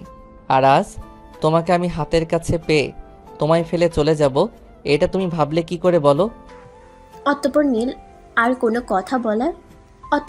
তাকে আর কোনো কথা বলার সুযোগ না দিয়ে সোজা গাড়িতে তুলে নিল আর সেখান থেকে ড্রাইভারকে গাড়ি স্টার্ট করে সোজা ঢাকায় চলে আসতে বলল। সারা রাস্তা নেহা কান্না করতে করতে এসেছে। নীল তার সঙ্গে অনেকবার কথা বলার চেষ্টা করলেও সে কোনো কথা বলেনি। সে প্রচণ্ড পরিমাণে রেগে আছে নীলের উপর।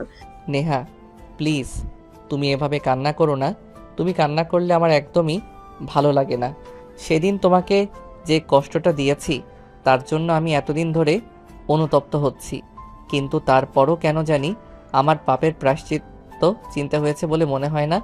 আর এখন যদি তুমি এমন করো তাহলে কিন্তু আমি কিছু একটা করে বসবো বলে দিলাম। তোমার যা ইচ্ছে তুমি তাই করতে পারো, আমার বিন্দুমাত্র আপত্তি নেই তাতে। কারণ আমি যেদিন তোমাকে ভালোবেসেছিলাম সেদিন তুমি আমার ভালোবাসার গুরুত্ব দাওনি, আর আজ তুমি আমাকে তোমার ভালোবাসা দেখাতে এসেছো। তোমার ভালোবাসার কোনো মূল্য আছে? নেই আমার কাছে, বুঝতে পেরেছো? ওকে, প্রবলেম নাই। যেখানে ভালোবাসার মূল্য নাই সেখান থেকে কিভাবে মূল্য বুঝে নিতে হয় সেটা আমি খুব ভালো করেই জানি। তাই তোমার চিন্তার কোনো কারণ নেই, তুমি শুধু চুপচাপ গাড়িতে বসে থাকো। হয় তখন নীল নেহার সঙ্গে আর কোনো কথা বলল না, চুপচাপ বসে রইল। এদিকে ড্রাইভার গাড়ি চালাতে থাকলো আর রাত প্রায় 12টার কাছাকাছি হবে তখন তারা ঢাকায় এসে পৌঁছালো। গাড়ি থেকে নামিয়ে নীল তাকে নিয়ে বাড়ির দরজার সামনে এসে দাঁড়ালো আর কলিং বেল চাপ দিল। কিছুক্ষণের মধ্যে রিমি আর তার মা এসে দরজা খুলে দিল। নেহাকে দেখতে পেয়ে রিমি দৌড়ে এসে তাকে জড়িয়ে ধরে বলতে লাগলো, কেমন আছিস দোস্ত? কিছুদিন ধরে তোকে দেখি না। আমার জন্য খুব মন কাঁদছিল রে। আমাকে ঢং দেখাতে আসিস না। কেন তোর ভাই আমাকে তুলে এনেছে সেটা আগে বল। ও তাই নাকি? আমার ভাই তোকে কেন তুলে এনেছে সেটা জানিস তুই? ঠিক আছে, তাহলে তুই চল আমার সঙ্গে ভিতরে, তারপর তোকে আমি দেখাচ্ছি আমার ভাই তোকে কেন তুলে এনেছে। এই কথা বলে রিমি নেহাকে নিয়ে ভিতরের রুমে চলে গেল। নেহা রুমে গিয়ে একদম সারপ্রাইজ, তার সঙ্গে এমন কিছু হতে চলেছে সেটা কোনোদিন কল্পনাও করেনি। রুমের ভিতর নেহার বাবা মা থেকে শুরু করে নীলের পরিবারের সকলে উপস্থিত। নেহা যেই না রুমের ভিতর প্রবেশ করলো তখনই উপস্থিত সবাই নেহার দিকে ফুল ছুঁড়ে দিতে দিতে বলতে লাগলো, happy birthday to you, happy birthday to you dear Neha. Happy birthday to you, happy birthday to you dear Neha. বাবা মা এসব কি? আর এসব তোমরা কেন করছো? আমি তো কিছুই বুঝতে পারছি না। আজ তোমার জন্মদিন, তাই তোমাকে জন্মদিনে সারপ্রাইজ দিলাম। কেমন হয়েছে বলো? আজ আমার জন্মদিন, সেটা তো আমার নিজেরই মনে ছিল না, কিন্তু তোমরা কিভাবে মনে রাখলে আমি তো সেটাই বুঝতে পারছি না। আর সবচেয়ে বড় কথা সেটা হলো আমার খোঁজ তোমরা কিভাবে পেলে? তোকে এটার উত্তর অন্য কেউ দিতে পারবে না, আমি তোকে দিচ্ছি। আমার ভাই পড়াশোনা শেষ করে আমার বাবার ব্যবসার দেখাশোনা করছে, সেটা তো খুব ভালো করেই জানিস। একদিন আমি ল্যাপটপে টেপাটেপি করছিলাম, তখনই হঠাৎ তোর একটা ছবি ফেসবুকে দেখতে পেলাম। কিন্তু যেই মানুষটার আইডি থেকে ছবিটা পোস্ট করা হয়েছে, সেই মানুষটাকে আমি অনেক দিন ধরে নক করেও কোনো রিপ্লাই পাচ্ছিলাম না। অবশেষে গত পরশুদিন সেই মানুষটা আমাকে রিপ্লাই করে, আর আমি তোর বিষয়ে সব কিছু জানতে পারি। আর সব কিছু জেনে শুনে আমি নীলকে সব কিছু বলি, আর সব কিছু বলার পরে নীল তার প্ল্যান অনুযায়ী কাজটা করেছে। হ্যাঁ নেহা, তুই আমাদের ছেড়ে চলে যাওয়ার পর থেকেই নীল, আমি আর তোর বাবা আমরা সবাই তোকে অনেক খোঁজার চেষ্টা করেছি, কিন্তু তোকে কোথাও খুঁজে পাইনি। তুই এইভাবে আমাদের ছেড়ে এত দূরে চলে যাবি এটা আমাদের কল্পনাতেও ছিল না। যাই হোক, অবশেষে তোর খোঁজ পেয়ে তোকে আমরা আমাদের কাছে ফিরে পেয়েছি, এটা আমাদের জন্য অনেক বড় পাওয়া। এরপর আমার আর কিছুই চাই না। কিন্তু মা, নীল আমাকে এভাবে তুলে নিয়ে আসলো কেন? সে তো দেখছিল আমি আমার অফিসের গুরুত্বপূর্ণ কাজে ব্যস্ত ছিলাম। আমার অফিসটা এখন কে সামলাবে সেটা আমাকে বলো। সেসব নিয়ে তোমার চিন্তা করার কোনো প্রয়োজন নেই, কারণ আমি আমার ম্যানেজারকে সেখানে রেখে এসেছি। আমার ম্যানেজার আমার মতোই কর্মদক্ষ, যে তোমার অফিস থেকে খুব সহজে আর ভালোভাবে হ্যান্ডেল করে নেবে। এই বিষয়ে তোমাকে কোনো টেনশন করতে হবে না। নীল একদম ঠিক কথাই বলেছে। আমাদের ম্যানেজার সাহেব তোদের অফিসটা কি অনেক সুন্দরভাবেই হ্যান্ডেল করতে পারবে। যাই হোক, তোকে আরও অনেকটা গুড নিউজ দেওয়ার আছে।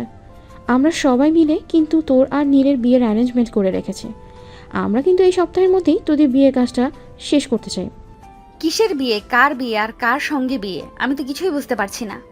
এত কিছু তোর জানা বোঝার কোনো প্রয়োজন নেই। বিয়ে ঠিক হবে এটাই ঠিক, আর নীলের সঙ্গেই তোর বিয়ে ঠিক হবে। আমি নীলকে কেন বিয়ে করব? আমি অন্য একজনকে ভালোবাসি, তার সঙ্গে খুব তাড়াতাড়ি আমার বিয়ে হতে চলেছে, আর তাকে বিয়ে করব বলে আমি কথা দিয়েছি। এই মুহূর্তে অন্য কাউকে আমি কেন বিয়ে করব বলো? দেখ, তোর মতো আমার মাথাটা খারাপ হয়নি যে আমি তোর মতো প্রলেপ বকবো। তোর জীবনে একটাই ভালোবাসার মানুষ আছে, আর সেটা হলো নীল। নীল ছাড়া তুই কোনোদিনও কাউকে ভালোবাসতে পারিস না। হ্যাঁ মামুনি, যদিও আমি এই বিষয়টা আগে জানতাম না, কিন্তু পরে যখন জানতে পেরেছি তখন আমি দেশেই ছিলাম, আর আমি খুব কাছে থেকে দেখেছি নীল তোমাকে ছাড়া থাকতে কতটা কষ্ট পেয়েছি। তাই আমি পাপা হিসেবে তোমাকে রিকোয়েস্ট করে বলতে চাই, নীলকে তুমি আর কষ্ট দিও না। বাবা প্লিজ, তোমরা কেউ আমার উপর জোর করে কোনো সিদ্ধান্ত চাপিয়ে দেওয়ার চেষ্টা করো না, কারণ আমি নীলকে ভালোবাসতাম, এখন আর বাসি না। কারণ এখন আমি অন্য একজনকে ভালোবাসি, আর তাকেই আমি আমার জীবনসঙ্গী করে নেব বলে কথা দিয়েছি। কথাটা বলতে না বলতেই নেহার হাতে থাকা মোবাইলের রিংটোন বেজে উঠল। নেহা মোবাইলটা হাতে নিয়ে দেখে তাকে নিলয় ফোন করেছে। তখনই সে সবাইকে উদ্দেশ্য করে বলতে থাকে, এই যে দেখো, আমার সেই ভালোবাসার মানুষ আমাকে ফোন করেছে। আমি তোমাদের সবার সামনেই তার সঙ্গে কথা বলছি, আর তোমরা শুধু শুনো। হ্যালো বেবি, বলো। তোমার অ্যাসিস্ট্যান্ট এইমাত্র আমাকে ফোন করেছিল, তোমাকে নাকি কেউ একজন তুলে নিয়ে গেছে। কিসে তার এত বড় সাহস যে আমার হবু বউকে তার অফিস থেকে তুলে নিয়ে যায়? কথাগুলো খুব কাছ থেকে নীল শুনছিল, আর তখনই নেহার হাত থেকে মোবাইলটা টান দিয়ে নিয়ে নেয় আর বলতে থাকে, আব্বেস সালা, আমি তোর দুলাভাই হই। নেহাকে এই সপ্তাহের মধ্যেই আমি বিয়ে করব, আর বিয়ের পর হানিমুনে তোদের এলাকাতেই আসছি, বুঝতে পেরেছিস? তোর সাহস দেখে আমি অবাক না হয়ে পারছি না। তুই আমার গার্লফ্রেন্ডকে তুলে নিয়ে গেছিস আর আমাকে একরকম ধমকাচ্ছিস। ওকে সমস্যা নেই, আমিও দেখে নিতে চাই তোর বুকের পাটা কত বড়। আমি তোর সামনে থেকে নেহাকে তুলে নিয়ে আসবো, পারলে আটকে দেখাস। সাহস থাকলে ঢাকায় চলে আয়, সামনাসামনি কথা হবে। তোর মতো উগান্ডার বংশধরের সঙ্গে কথা বলে আমি আমার মূল্যবান সময় নষ্ট করতে চাই না, বুঝতে পেরেছিস? রাখছি, আল্লাহ হাফেজ। এই কথা বলে নীল ফোনটা কেটে দেয়। আর এদিকে নেহার আগে ফুসফুস করছে, কারণ নীল তার বয়ফ্রেন্ডের সঙ্গে এরকম আচরণ করবে এটা তার ধারণার মধ্যেও ছিল না। যাই হোক, চলুন দেখা যাক কি হয়। নীল, এটা তুমি কি করলে? তুমি আমার বয়ফ্রেন্ডের সঙ্গে এরকম আচরণ কেন করলে? তুমি কি ভেবেছো এই সব কিছু করে তুমি আমাকে এখানে আটকে রাখবে? কোনো দিনও পারবে না। তুমি আমাকে এখানে আটকে রাখতে, আমি এক্ষুনি এখান থেকে চলে যাব। পারলে তুমি আমাকে আটকে দেখাও। ও তাই নাকি? মাই চেয়ার, আচ্ছা ঠিক আছে, আমিও দেখতে চাই তুমি কিভাবে এখানে আমার সামনে থেকে চলে যেতে পারো।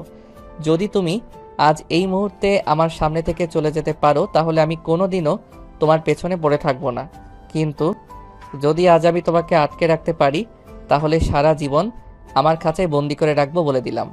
কথাটা বলতে না বলতেই নেহা সেখান থেকে চলে যেতে চাইছিল, কিন্তু নীল তখন আর এক মুহূর্ত দেরি না করে নেহাকে পাজা করে তুলে নিল আর সঙ্গে সঙ্গেই নেহাকে তার রুমে নিয়ে চলে গেল। এটা দেখে নেহা যদিও একটু ভয় পেয়েছিল, কিন্তু তাকে ভয় পেলে চলবে না, তাই সে মনে সাহস নিয়ে নীলকে বলে, তুমি কি ভেবেছো তুমি আমাকে রুমের মধ্যে বন্দি করে রাখবে আর আমি এখানে থেকে যাব? আমি যেইভাবেই হোক এখান থেকে চলে যাবই যাব। ও তাই নাকি? আচ্ছা ঠিক আছে, দেখা যাক তুমি কিভাবে। এখন দেখে যাও, জাস্ট 1 মিনিট ওয়েট করো। আমি রুমের দরজাটা শুধু লাগিয়ে দিয়ে আসি, তারপর তোমার সঙ্গে T20 ফাইনাল ম্যাচ খেলার প্রস্তুতি নেই। নেহা নীলের এই কথার কোনো মানে বুঝতে পারল না। সে নীলকে কিছু জিজ্ঞাসা করতে চাইছিল, কিন্তু তার আগে নীল রুমের দরজাটা বন্ধ করে দিয়ে নেহাকে ধাক্কা দিয়ে বিছানার উপরে ফেলে দিল আর সঙ্গে সঙ্গে নেহার শরীর থেকে সমস্ত কাপড় খুলে নিতে শুরু করলো। এটা দেখে নেহা অনেকটাই ভয় পেয়ে যায় আর বলতে থাকে, এই নীল, কি করছো তুমি? তুমি আমার কাপড় খুলছো কেন? প্লিজ আমাকে ছেড়ে দাও। তুমি আমার সঙ্গে উল্টাপাল্টা কিছু করো না। তোমাকে তো বললাম আমি একজনকে ভালোবাসি আর তার সঙ্গে আমার কিছুদিনের মধ্যেই বিয়ে হতে চলেছে। প্লিজ আমাকে ছেড়ে দাও। তুমি আমাকে ভালোবাসো, আমি ছাড়া তোমার জীবনে আর কেউ কোনোদিন আসতেই পারে না। তাই আজ আমি তোমার সঙ্গে এমন কিছু করব যাতে তুমি অন্য কাউকে বিয়ে করার কথা কল্পনাতেও না আনতে পারো। তুমি আমার, শুধুমাত্র আমার। তোমার ভাগ আমি পৃথিবীর কাউকে দেব না, বলতে দিলাম। ওই কথা শেষ হবার আগেই নেহার শরীর থেকে সমস্ত কাপড় নীল ছিনিয়ে নিয়েছে। বিবস্ত্র অবস্থায় নেহা নিজেকে ঢাকার বৃথা চেষ্টা চালিয়ে যাচ্ছে। নেহার শরীর থেকে সমস্ত কাপড় ছিনিয়ে নিয়ে নীল নেহার দিকে একটু একটু করে এগিয়ে আসছে। নেহা, অযথাই চেষ্টা করে কোনো লাভ হবে না, কারণ আজ তোমাকে আমার কাছে সবই দিতেই হবে। এছাড়া তোমার সামনে আর কোনো পথ খোলা নেই। I hope you better understand what I say. Neha তখন কি করবে কিছুতেই বুঝে উঠতে পারছে না, কারণ রুমের মধ্যে সে আর নীল ছাড়া অন্য কেউ নেই আর রুমের দরজা ভিতর থেকে বন্ধ করা আছে। তাই হাজার চেষ্টা করলেও কেউ বাইরে থেকে রুমের ভিতরে প্রবেশ করতে পারবে না। তাই নেহা নিজেকে রক্ষা করা প্রায় অসম্ভব। এইসব কিছু নেহা মনে মনে চিন্তা করছিল আর খুব কান্না করছিল। এমন সময় নীল তার 2 গালে হাত রেখে বলে, I am so sorry Neha, please তুমি আমাকে ক্ষমা করে দাও। আমি অনেকটাই উত্তেজিত হয়ে পড়েছিলাম, তাই তোমার সঙ্গে এরকম ব্যবহার করেছি। আমি কখনোই তোমার সঙ্গে এরকম ব্যবহার করতে চাইনি। দেখো নেহা, তুমি আমাকে অনেক ভালোবাসো, সেটা আমি বেরোতে হলেও বুঝতে পেরেছি। আর যেদিন থেকে বুঝতে পেরেছি সেদিন থেকে আমি তোমাকে আমার করে নেওয়ার চেষ্টা চালিয়ে যাচ্ছি। কিন্তু তুমি তো অনেক দূরে চলে গিয়েছিলে, যেখানে তোমার কোনো খোঁজ আমি পাচ্ছিলাম না। অবশেষে অনেক কষ্ট করে আমি তোমাকে খুঁজে পেয়েছি, তাই আমি তোমাকে আর হারিয়ে ফেলতে চাই না। নীল, তুমি ভুল কথা বলছো। কারণ আমি তোমাকে ভালোবাসতাম, তবে এখন আর বাসি না। তার একটাই কারণ, সেটা হলো আমি যখন তোমাকে ভালোবেসেছিলাম তখন তুমি আমাকে কোনো গুরুত্ব দাওনি, আর এখন তোমাকে আমি ভালোবাসি না আর আমার করে পেতেও চাই না। আমি না, তুমি ভুল কথা বলছো, কারণ তুমি মুখে এক কথা বলছো আর তোমার চোখ অন্য কথা বলছে। শোনো, আমি এটা খুব ভালো করে জানি যে ভালো জীবনে একজনকেই বাসা যায়, আর ভালোবাসার জায়গা দ্বিতীয় কাউকে দেওয়া যায় না। আর তোমার মনের ভালোবাসার জায়গায় শুধু আমার ছবি রয়েছে। নীল প্লিজ, আমি তোমাকে রিকোয়েস্ট করে বলছি এবং শেষবারের মতো বলছি, তুমি আমার সঙ্গে দয়া করে উল্টাপাল্টা কিছু করো না। কারণ আমি নিলয়কে কথা দিয়েছি কিছুদিনের মধ্যেই তাকে বিয়ে করব। আমি আমার দেওয়া কথার বরখেলাপ করতে পারি না। সো প্লিজ তুমি আমাকে এখান থেকে যেতে দাও। হ্যাঁ ঠিক আছে, আমি তোমাকে এখান থেকে চলে যেতে দিব, কিন্তু যদি তুমি সত্যি এটা প্রমাণ করতে পারো যে নিলয় তোমাকে সত্যিই ভালোবাসে, আর যদি তুমি এটা প্রমাণ করতে না পারো, তাহলে কিন্তু সারা জীবনের জন্য তোমাকে আমার কাছেই থেকে যেতে হবে আর সারা জীবন আমার জ্বালাতন সহ্য করতে হবে। ওকে ঠিক আছে, চ্যালেঞ্জ অ্যাকসেপ্টেড। এই কথা বলে নীল নিজের হাতে নেহার কাপড় তার দিকে এগিয়ে দেয় আর নেহা কাপড় চোপড় ঠিক করে রুম থেকে বের হয়ে চলে যায়। এদিকে রুম থেকে বের হওয়ার পরপরই রিমি নেহার সামনে এসে দাঁড়ায়। কী রে, আমার ভাই কি তোকে এত তাড়াতাড়ি ছেড়ে দিল? কি হয়েছে? ঝামেলা করিসনি তো কোনো? না, তোর ভাইয়ের সঙ্গে আমি কেন ঝামেলা করতে যাব? তোর ভাই তো আমার সঙ্গে ঝামেলা করতে চেয়েছিল। যাই হোক, তোর ভাই আমাকে চ্যালেঞ্জ করেছে। নিলয় আমাকে ভালোবাসে, এটা যদি প্রমাণ করতে পারি তাহলে সারা জীবনের জন্য আমার পথ থেকে সরে দাঁড়াবে। আর যদি আমি এটা প্রমাণ করতে না পারি তাহলে আমি তোর ভাইকে মেনে নেব। আমার মনে হয় অযথাই ঝামেলা না করে আমার ভাইকে মেনে নেওয়াটাই তোর জন্য ভালো হবে। কারণ আমার ভাই কোনো কিছু না জেনে শুনে এমন সিদ্ধান্ত নেয় না। সে হয়তো নিলয় সম্পর্কে কোনো এভিডেন্স পেয়েছে, যার কারণে সে তোকে কনফিডেন্সলি এই কথাগুলো বলতে পারছে। শোন, দুনিয়াটা এত সহজ নয়, আর সব কিছু এত মগের মুল্লুক নয় যে বললেই হয়ে যায়। নিলয় কোথায় থাকে আর তোর ভাই কোথায় থাকে, আর সেখানে নিলয়ের সম্পর্কে কোনো এভিডেন্স পাওয়া তোর ভাইয়ের পক্ষে এত সহজ বলে আমি মনে করছি না। তার মানে আমি বা আমরা তোকে যতই বোঝানোর চেষ্টা করি না কেন, তুই কোনো কিছু বুঝবি না এটাই ঠিক করে নিয়েছিস। আচ্ছা ঠিক আছে, আমাদের কোনো সমস্যা নেই, তোর যা ভালো মনে হয় তুই কর। তারপর রিমি নেহার সঙ্গে আর কোনো কথা বলল না। নেহাও তার সঙ্গে কোনো কথা না বলে সেখান থেকে বের হয়ে সোজা নিজেদের বাড়িতে চলে গেল। আর সেখানে যেতেই তার বাবা তাকে বলল, মামনি, তুমি অনেক দিন পর এখানে ফিরে এসেছো। অনেক দিন ধরে তোমাকে সঙ্গে নিয়ে বসে খাওয়া দাওয়া করা হয় না। তুমি ফিরে এসেছো, সেই আনন্দে আজ তোমার মা অনেক কিছু রান্নাবান্না আয়োজন করেছে। তাই বলছে কি, তুমি ফ্রেশ হয়ে আসো, সবাই একসঙ্গে বসে খাবার খাবো। নেহা তার বাবাকে কোনো উত্তর না দিয়ে চুপচাপ সেখান থেকে নিজের রুমে চলে যায়। আর তারপর ফ্রেশ হয়ে প্রায় আধা ঘন্টা পর নিচে ফিরে আসে। নিচে এসে দেখে তার মা সবার জন্য খাবার রেডি করে বসে আছেন। সে টেবিলে এসে বসার সঙ্গে সঙ্গে তার মা তার পাতে খাবার তুলে দেয় আর সঙ্গে সঙ্গেই সে খাওয়া শুরু করে। অনেকদিন পর নিজের মায়ের হাতে রান্না খায়। পরম তৃপ্তি সহকারে নেহা খাবার শেষ করে। নেহা দেখো, তুমি আমাদের একমাত্র আদরের রাজকন্যা। ছোটবেলা থেকে অনেক আদর করে তোমাকে আমরা মানুষ করেছি, তবে কতটুকু মানুষ করেছি সেই বিষয়ে আমি যথেষ্ট সন্দেহাতীত। যাই হোক, সেই সব বিষয় নিয়ে এখন আমি আলোচনা করতে চাই না। এখন আমি তোমাকে সেটা বলতে চাই, সেটা হলো আমরা সবাই আর অনেক চিন্তাভাবনা করেই সিদ্ধান্ত নিয়েছি নীলের সঙ্গে তোমার বিয়েটা হওয়া উচিত। ঠিক কোন কারণে তোমাদের মনে হচ্ছে নীলের সঙ্গে আমার বিয়েটা হওয়া উচিত, সেটা আমি কোনোভাবেই বুঝতে পারছি না। অন্য কোনো কারণ নেই, আমাদের কোনো স্বার্থসিদ্ধিও নেই। শুধু একটাই কারণ, তুমি নিজেকে ভালোবাসো আর নীল তোমাকে ভালোবাসে।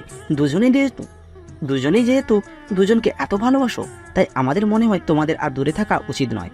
আমাদের মনে হচ্ছে যত দ্রুত সম্ভব তোমাদের দুজনকে এক করে দিতে পারলে আমাদের মুক্তি।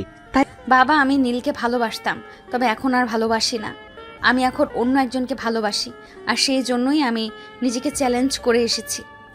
আমি নিলয়কে ভালোবাসি আর নিলয় আমাকে ভালোবাসে। এটা যদি আমি প্রমাণ করতে পারি, তাহলে নীল আর কোনো দিন আমার সামনে ভালোবাসার দাবি নিয়ে দাঁড়াবে না। তাই নাকি? আচ্ছা ঠিক আছে, তোমার যেটা ভালো মনে হয় তুমি সেটাই করতে পারো। আমি তোমাকে আর কোনো বাধা দেব না, কারণ তুমি এখন অ্যাডাল্ট। তখন নেহা আর কোনো কথা না বলে চুপচাপ নিজের রুমে চলে গেল। অন্যদিকে নীল তার প্ল্যান মাফিক কাজ করতে থাকে, কারণ সে খুব ভালো করেই জানতো নিলয় আর যাই হোক কোনো ভালো ছেলে হতে পারে না। তাই সে তার পরিচিত এক বান্ধবীকে নিলয়ের পিছনে লাগিয়ে দেয় আর 3 দিনের মধ্যেই তাদের প্রেম হয়ে যায়। আজ নিলয় তার নতুন প্রেমিকার সঙ্গে ডেটিংয়ে যাবে, আর সেই জন্যই নীল হ্যাঁকে সকালবেলা ফোন দেয়। নেহা, আজ বিকেলে তুমি আমার সঙ্গে এক জায়গায় যাবে, তোমার জন্য একটা বিশাল সারপ্রাইজ অপেক্ষা করছে সেখানে। সারপ্রাইজ সেটাও আবার তুমি দিবে? সেখানে তো আমার একদমই যাওয়া চলে না, কারণ তোমার মতো মানুষের সঙ্গে আর যাই হোক কোথাও যাওয়া যায় না। তাই আমি তোমার সঙ্গে কোথাও যাচ্ছি না। নেহা, সারপ্রাইজ আমি তোমাকে দেব না, অন্য কেউ তোমাকে দেবে, তবে সেখানে তোমাকে যেতেই হবে। আর তুমি যদি নিজের ইচ্ছায় যেতে না চাও, তাহলে আমাকে জোর করে তোমাকে নিয়ে যেতে হবে। মানে তুমি কি বলতে চাইছো? আমি কিছুই বুঝতে পারছি না। তুমি আমাকে জোর করে নিয়ে যাবে, কিন্তু কেন? আর অন্য কেউ যদি আমাকে কোনো প্রমিস দিতে চায়, তাহলে যে কেন আমাকে সামনাসামনি এসে সারপ্রাইজ দিচ্ছে না? কেন আড়াল থেকে আমাকে তার সারপ্রাইজ দিতে হবে? ওটা সিক্রেট বিষয়, ওটা আমি এক্ষুনি তোমার সঙ্গে শেয়ার করতে চাইছি না। তুমি সেখানে যাওয়ার পরেই সব কিছু জানতে পারবে। এখন কথা হলো, তুমি আমার সঙ্গে নিজের ইচ্ছায় যাচ্ছ কি যাচ্ছ না? তোমার কথা শুনে কেন জানি আমার মনে হচ্ছে বিষয়টা খুব ইন্টারেস্টিং। আমি তোমার সঙ্গে যাচ্ছি, কখন রেডি হব সেটা মেসেজে বলে দিও। এই তো লাইনে এসেছো, ঠিক আছে, আমি মেসেজ করি, সময়টা তোমাকে বলে দেব। তুমি শুধু রেডি থাকো, আমি বাইকে করে তোমাকে নিতে আসবো। বলতে বলতে নীল ফোনটা কেটে দেয়। আর এদিকে নেহা অপেক্ষা করতে থাকে বিকেলের জন্য, কখন বিকেল হবে আর কখন সে তার অপ্রত্যাশিত সারপ্রাইজটা পাবে। বিকেল প্রায় 3টের মতো হবে বাজে। তখনই নীল তাকে ফোন নিয়ে রেডি হতে বলে, আর নীলের ফোন পেয়ে যত দ্রুত সম্ভব রেডি হয়ে নেহা নীলের জন্য অপেক্ষা করতে থাকে। নীল কখন তাকে নিতে আসবে, তবে তাকে বেশি সময় অপেক্ষা করতে হয়নি। কিছুক্ষণ পরে নীল তাকে নিতে আসে। নেহা আর নীল প্রায় 20 মিনিটের মাথায় একটা রেস্টুরেন্টে এসে পৌঁছে যায়। তখন নেহা নীলকে বলতে থাকে, কি ব্যাপার, তুমি আমাকে এখানে কেন নিয়ে আসলে? আমি তো কিছুই বুঝতে পারছি না। তোমার মাথায় কি চলছে একটু খুলে বলবে দয়া করে? কি ব্যাপার, তুমি আমাকে এখানে কেন নিয়ে আসলে? আমি তো কিছুই বুঝতে পারছি না। তোমার মাথায় কিছু চলছে, একটু খুলে বলবে দয়া করে? তা না হলে কিন্তু সব কিছু গোলমাল হয়ে যাবে। আরে বাবা, এত অধর জঙ্গলে চলবে নাকি? সব কিছুর জন্যই ধৈর্য ধরে থাকতে হয়, বুঝতে পেরেছো? তুমি কিছুক্ষণ অপেক্ষা করো, কিছুক্ষণের মধ্যে আমি তোমাকে সেই সারপ্রাইজের সম্মুখীন করেছি। বলতে বলতে নীল আর নেহা দুজনেই রেস্টুরেন্টের ভিতর প্রবেশ করে। আর রেস্টুরেন্টে ঢুকতেই নেহার চক্ষু চড়ক গাছ।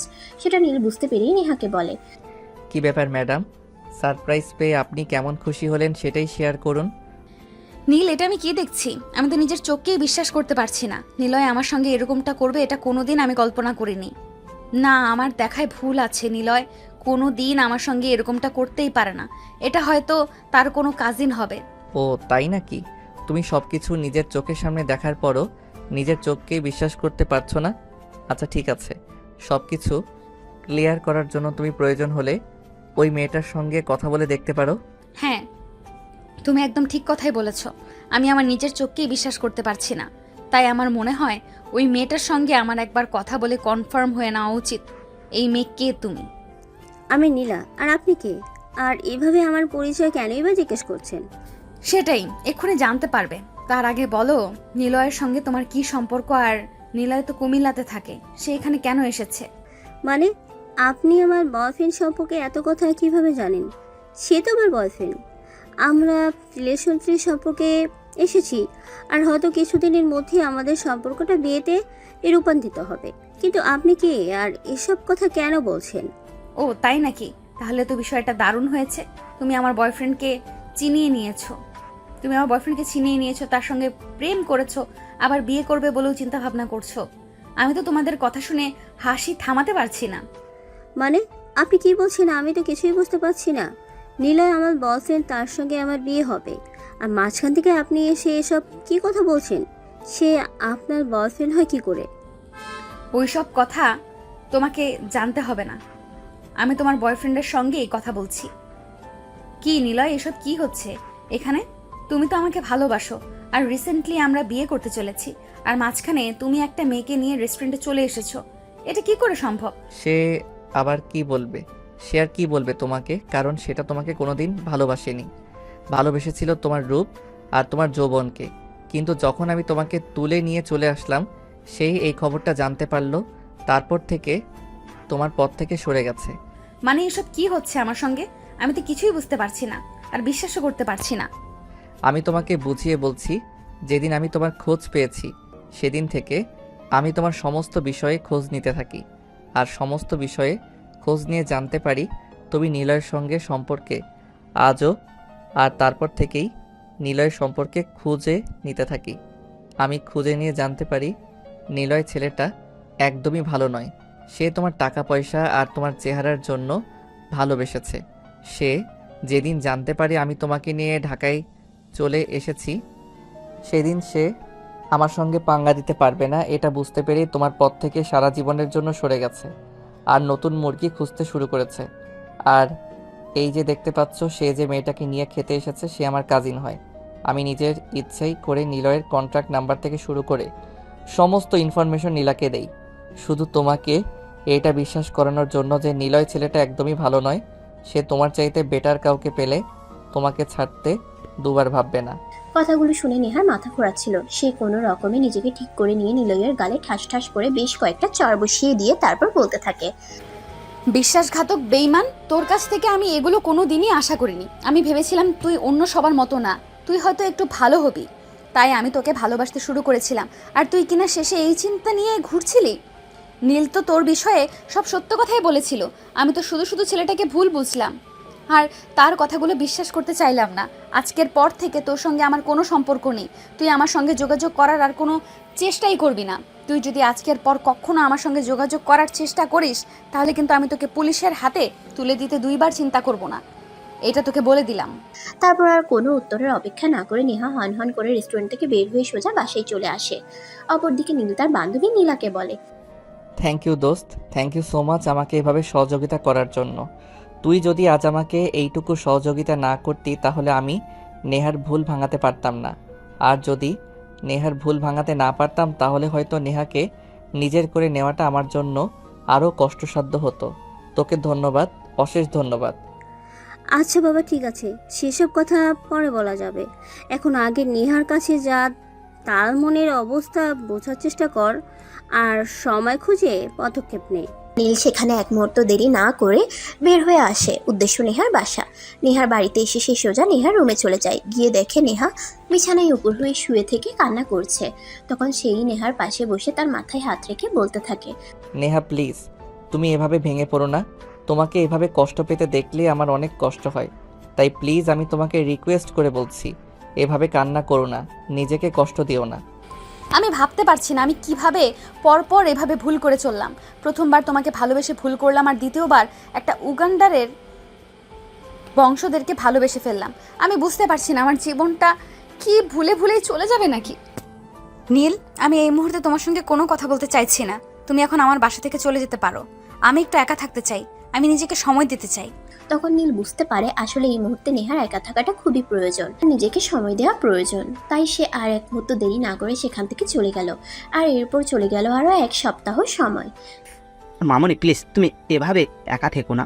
তুমি কষ্ট পাচ্ছ, সেটা দেখতে আমাদেরও খুব খারাপ লাগছে। আমরা বাবা মা হয়ে তোমার এই কষ্ট মেনে নিতে পারছি না। বাবা, আমি এতগুলো ভুল কিভাবে করলাম সেটাই বুঝতে পারছি না। প্রথমবার নিজেকে ভালোবেসে ফেললাম, সে আমার চাইতে অনেকটা জুনিয়র। তার ভালোবাসা না পেয়ে আমি শহর ছেড়ে চলে গেলাম। তারপর আরেকটা ভুল করলাম। কেন আমি এত বড় ভুল করলাম জীবনে? মামনি, মানুষ মাত্র ভুল করবে, আর ভুল না করলে তুমি জীবনে কোনো কিছু শিখতে পারবে না। তাই আমি বলবো ভুল করা জীবনে ভালো একটা কাজ, কারণ ভুল করলেই তুমি নতুন কিছু শিখতে পারবে। তাই আমার মনে হয় এখন তোমার সঙ্গে যা হবে সব ভালো হবে। নীল তোমাকে পাগলের মতো ভালোবাসে। তুমি শহর ছেড়ে চলে যাওয়ার পর থেকে ছেলেটা তোমাকে সারা শহর পাগলের মতো খুঁজেছে, আর যখন তোমার হদিশ পেয়েছে তখন পাগলের মতো সেখানে ছুটে চলে গেছে। বাবা, আমি নীলকেও আমার জীবনে ফিরে পেতে চাই না, কারণ আমি যখন তাকে ভালোবেসেছিলাম তখন সে আমার ভালোবাসার মূল্য দেয়নি। যেখানে ভালোবাসার মূল্য নেই সেখানে আমি কি করব বলো? মামনি, আমার মনে হয় তুমি ভুল কিছু বলছো, কারণ নীল তখন তোমার ভালোবাসার গুরুত্ব দেয়নি, কারণ সে তোমার ভালোবাসাটা বুঝতে পারেনি। তুমি তার থেকে বয়সে অনেকটাই বড়, তাই সে হয়তো ভেবেছিল তুমি তার সঙ্গে মজা করছো, তখন বুঝতে পারেনি তোমার ভালোবাসাটা সত্যি ছিল। কিন্তু তুমি যখন তার সঙ্গে অভিমান করে শহর ছেড়ে চলে গিয়েছিলে, তখন আমরা প্রত্যেকটা মানুষ প্রত্যেকটা মিনিটে প্রত্যেকটা সেকেন্ডে উপলব্ধি করেছি নীল তোমাকে কতটা ভালোবেসেছে। তার মানে তুমি আমাকে কি বলতে চাইছো? এই মুহূর্তে আমি যা যা করেছি সব কিছু ভুলে গিয়ে নীলকে আবার ভালোবেসে কাছে টেনে নিতে? হ্যাঁ, একদমই। তাই আমি বাবা হিসেবে তোমাকে সাজেস্ট করার পর যা কিছু হয়েছে সব ভুলে যাও, নীলকে ভালোবেসে কাছে টেনে নাও। নীল তোমার চাইতে বয়সে ছোট, সেই কারণে তোমার ভালোবাসাটা মেনে নিতে চায়নি, কারণ সে জানতো এইরকম ভালোবাসা সমাজে প্রতিষ্ঠা পায় না। সবাই এসব নিয়ে অনেক হাসাহাসি করে, তবে সে যখন বুঝতে পেরেছে সমাজের আগে ভালোবাসা, সমাজ কখনো ভালোবাসা মানুষকে এনে দেয় না, তাই সেদিন থেকে সে ভালোবাসাকেই খুঁজতেই শুরু করেছে, সমাজকে নয়। নেহা তখন দেরি না করে নীলের বাড়িতে চলে যায়। আর এসে দেখে নীল বাড়িতে কোথাও নেই। তাই সে তার বান্ধবী রিমিকে জিজ্ঞাসা করে, কিরে রিমি, সারা বাড়ি তন্ন তন্ন করে খুঁজে দেখলাম কিন্তু কোথাও নীলকে দেখতে পেলাম না। কেন, নীল কোথায় গিয়েছে? কি হয়েছে নীলের? এই নীলের শরীরটা গতকাল রাত থেকে ভালো যাচ্ছে না। একটু পরপর হাত পা ঠান্ডা হয়ে আসছে, জ্ঞান হারাচ্ছে। আমরা সবাই তাকে নিয়ে অনেক আতঙ্কে আছি। তাই কিছুক্ষণ আগে আমার মা তাকে হসপিটালে নিয়ে গেছে, আর তার অবস্থা নাকি খুবই খারাপ। কি বলছিস তুই? কিভাবে হয়েছে এসব? আর তারা কোন হসপিটালে আছে আমাকে কিছু বলতে পারবি? তখন সব কিছু খুলে বলে। শান্তি পেয়ে তখনই হসপিটালে চলে আসে। হসপিটালে এসে দেখে নীলের মা হসপিটালে বারান্দায় পায়চারি করছে। তখনই নেহা ছুটতে ছুটতে গিয়ে নীলের মায়ের কাছে দাঁড়ায় আর জিজ্ঞাসা করে, আন্টি কি হয়েছে নীলের? নীল এখন কেমন আছে? কিছুই বলা যাচ্ছে না মা। ডক্টর যতদূর বলেছে সে নাকি মানসিকভাবে খুবই বিব্রত। ইদানিং মানসিক চাপের মধ্যে দিয়ে যাচ্ছে, তাই এরকম হয়ে যাচ্ছে। এখন কি অবস্থা নীলের? নীল এখন কেমন আছে? ডক্টর কি বলেছে? নীল ঠিক হয়ে যাবে তো আন্টি? ডক্টর জাকির করানোর জন্য নিয়ে গেছে, তাই আমি এখানে অপেক্ষা করছি। আমি এখনো কিছু বলতে পারছি না, ওই তো দেখা যায় ডক্টর বের হচ্ছে। ডক্টর, আমার নীল কেমন আছে? তার খারাপ কিছু হয়নি তো? সে সুস্থ হয়ে যাবে তো? দেখুন, আমি নিশ্চিত হয়ে কোনো কিছু বলতে পারছি না, কারণ রোগীর হার্টের অবস্থা খুব একটা ভালো নয়। সেই দিনে খুবই মানসিক চাপের মধ্যে জিয়ে যাচ্ছি, সেটা অনেক দিন ধরেই। তাই সবই উপরওয়ালার হাতে ছেড়ে দিতে হবে। তিনি চাইলে নীল আমাদের মাঝে সুস্থ হয়ে স্বাভাবিক অবস্থায় ফিরে আসবে, আর নয়তো খারাপ কিছু হয়ে যেতে পারে। তাই এই মুহূর্তে আল্লাহর উপর ভরসা করে ছাড়া কিছুই করার নেই। ডক্টর এইভাবে বলবেন না প্লিজ। নীল আমার একমাত্র ভালোবাসা। নীল আমার জীবন থেকে চলে গেলে আমি কাকে নিয়ে বেঁচে থাকবো? আপনার যত টাকার প্রয়োজন হয় আমি দেব, কিন্তু নীলকে আমি সুস্থ অবস্থায় বাড়িতে নিয়ে যেতে চাই। দেখুন, বললাম তো এখানে আমাদের কোনো হাত নেই। আমরা আমাদের সর্বোচ্চ চেষ্টা করছি, কিন্তু রোগী কোনোভাবেই মানসিক শক্তিটা পাচ্ছে না, তাই আমাদের লাগে ফিরিয়ে আনতে খুবই কষ্ট হচ্ছে। তাই তো বললাম সব কিছু উপরওয়ালার হাতে, তিনি চাইলে সব সম্ভব হবে। নীলকে ফিরে আসতেই হবে, কারণ সে আমার একমাত্র ভালোবাসা। তাকে ছাড়া আমি আমার জীবনের কোনো মূল্য নেই। ঠিক আছে ডক্টর, নীলকে কি কেবিনে শিফট করা হয়েছে? আমি কি তার সঙ্গে কথা বলতে পারি? তাকে 5 মিনিট পর কেবিনে শিফট করা হবে, তবে 1 ঘন্টার আগে কেউ তার সঙ্গে কথা বলতে পারবে না, কারণ আমরা তাকে ওষুধ দিয়েছি কিছু সময় বিশ্রাম থাকার জন্য। তারপর কি হয়? 1 ঘন্টা পর। নীল প্লিজ কথা বলো। তোমাকে আমি হারাতে চাই না। আমি আমার জীবনে অনেক কিছু হারিয়ে ফেলেছি, কিন্তু এখন আর তোমাকে হারিয়ে ফেলে আমি বেঁচে থাকতে পারবো না। প্লিজ নীল, তুমি ফিরে এসো। আরে নেহা, কি হয়েছে তোমার? তুমি এভাবে কান্না করছো কেন? আর আমি কোথায়? এটা তো দেখে হসপিটালের কেবিন মনে হচ্ছে। আমি এখানে কেন? বাবা, তোর জ্ঞান ফিরেছে? আলহামদুলিল্লাহ। আমি তো তোকে অজ্ঞান অবস্থায় হসপিটালে নিয়ে এসেছিলাম। কি হয়েছে তোর? শরীরটা এখন কেমন লাগছে আমাকে বল। এই তো আলহামদুলিল্লাহ, অনেকটাই বেটার ফিল করছি। আমি বাড়ি যেতে চাই, আমার ভালো লাগছে না। এখানে নেহা এভাবে কান্না করছে কেন? আসলে ডাক্তার নেহাকে বলেছে তোর অবস্থা নাকি খুব একটা ভালো নয়। তুই নাকি মানসিকভাবে খুবই বিব্রত, মন থেকে নিজেকে ঠিক রাখার কোনো শক্তি পাচ্ছিস না। আর এই কথাগুলো শুনে নেহা এভাবে কান্না করছে। দূর পাগলি, ডাক্তার একদম মিথ্যে কথা বলেছে। আমি একদম ঠিক আছি। তোমাকে পেলে আমি কোথায় চলে যাব বলো? আমি তোমার ছিলাম আর তোমারই আছি, কারণ আমাদের ভালোবাসাটা সত্যিকারের ভালোবাসার কখনো পরাজয় হয় না। তুমি আমাকে ছুঁয়ে কথা দাও, তুমি আমাকে পেলে কখনো কোথাও চলে যাবে না, কারণ তুমি আমার জীবনের প্রথম আর শেষ ভালোবাসা। যখন থেকে ভালোবাসতে শিখেছি তখন থেকে তোমাকে ভালোবেসেছি, আর যখন জীবন থেকে ভালোবাসা হারিয়ে যাবে তখন আমি শুধু তোমাকেই ভালোবাসবো। তুমি ছাড়া আমার এই জীবন অর্থহীন। তখনই নীলের মা কেবিন থেকে বের হয়ে চলে যায়, আর এদিকে নীল নেহাকে টান দিয়ে নিজের বুকের সঙ্গে মিশিয়ে নেয় আর শক্ত করে জড়িয়ে ধরে নেহার কানের কাছে মুখ নিয়ে বলতে থাকে, দূর পাগলি, এভাবে কান্না করতে হয় না। আমি তোমার ছিলাম, তোমারই আছি, আর সারা জীবন শুধু তোমারই থাকবো। তোমার ভালোবাসা থেকে পৃথিবীর এমন কোনো শক্তি নেই যেটা আমাকে কেড়ে নেবে। সবচেয়ে বড় কথা হলো, আমি চলে গেলে তোমাকে জ্বালাবে কে? কি বললে তুমি?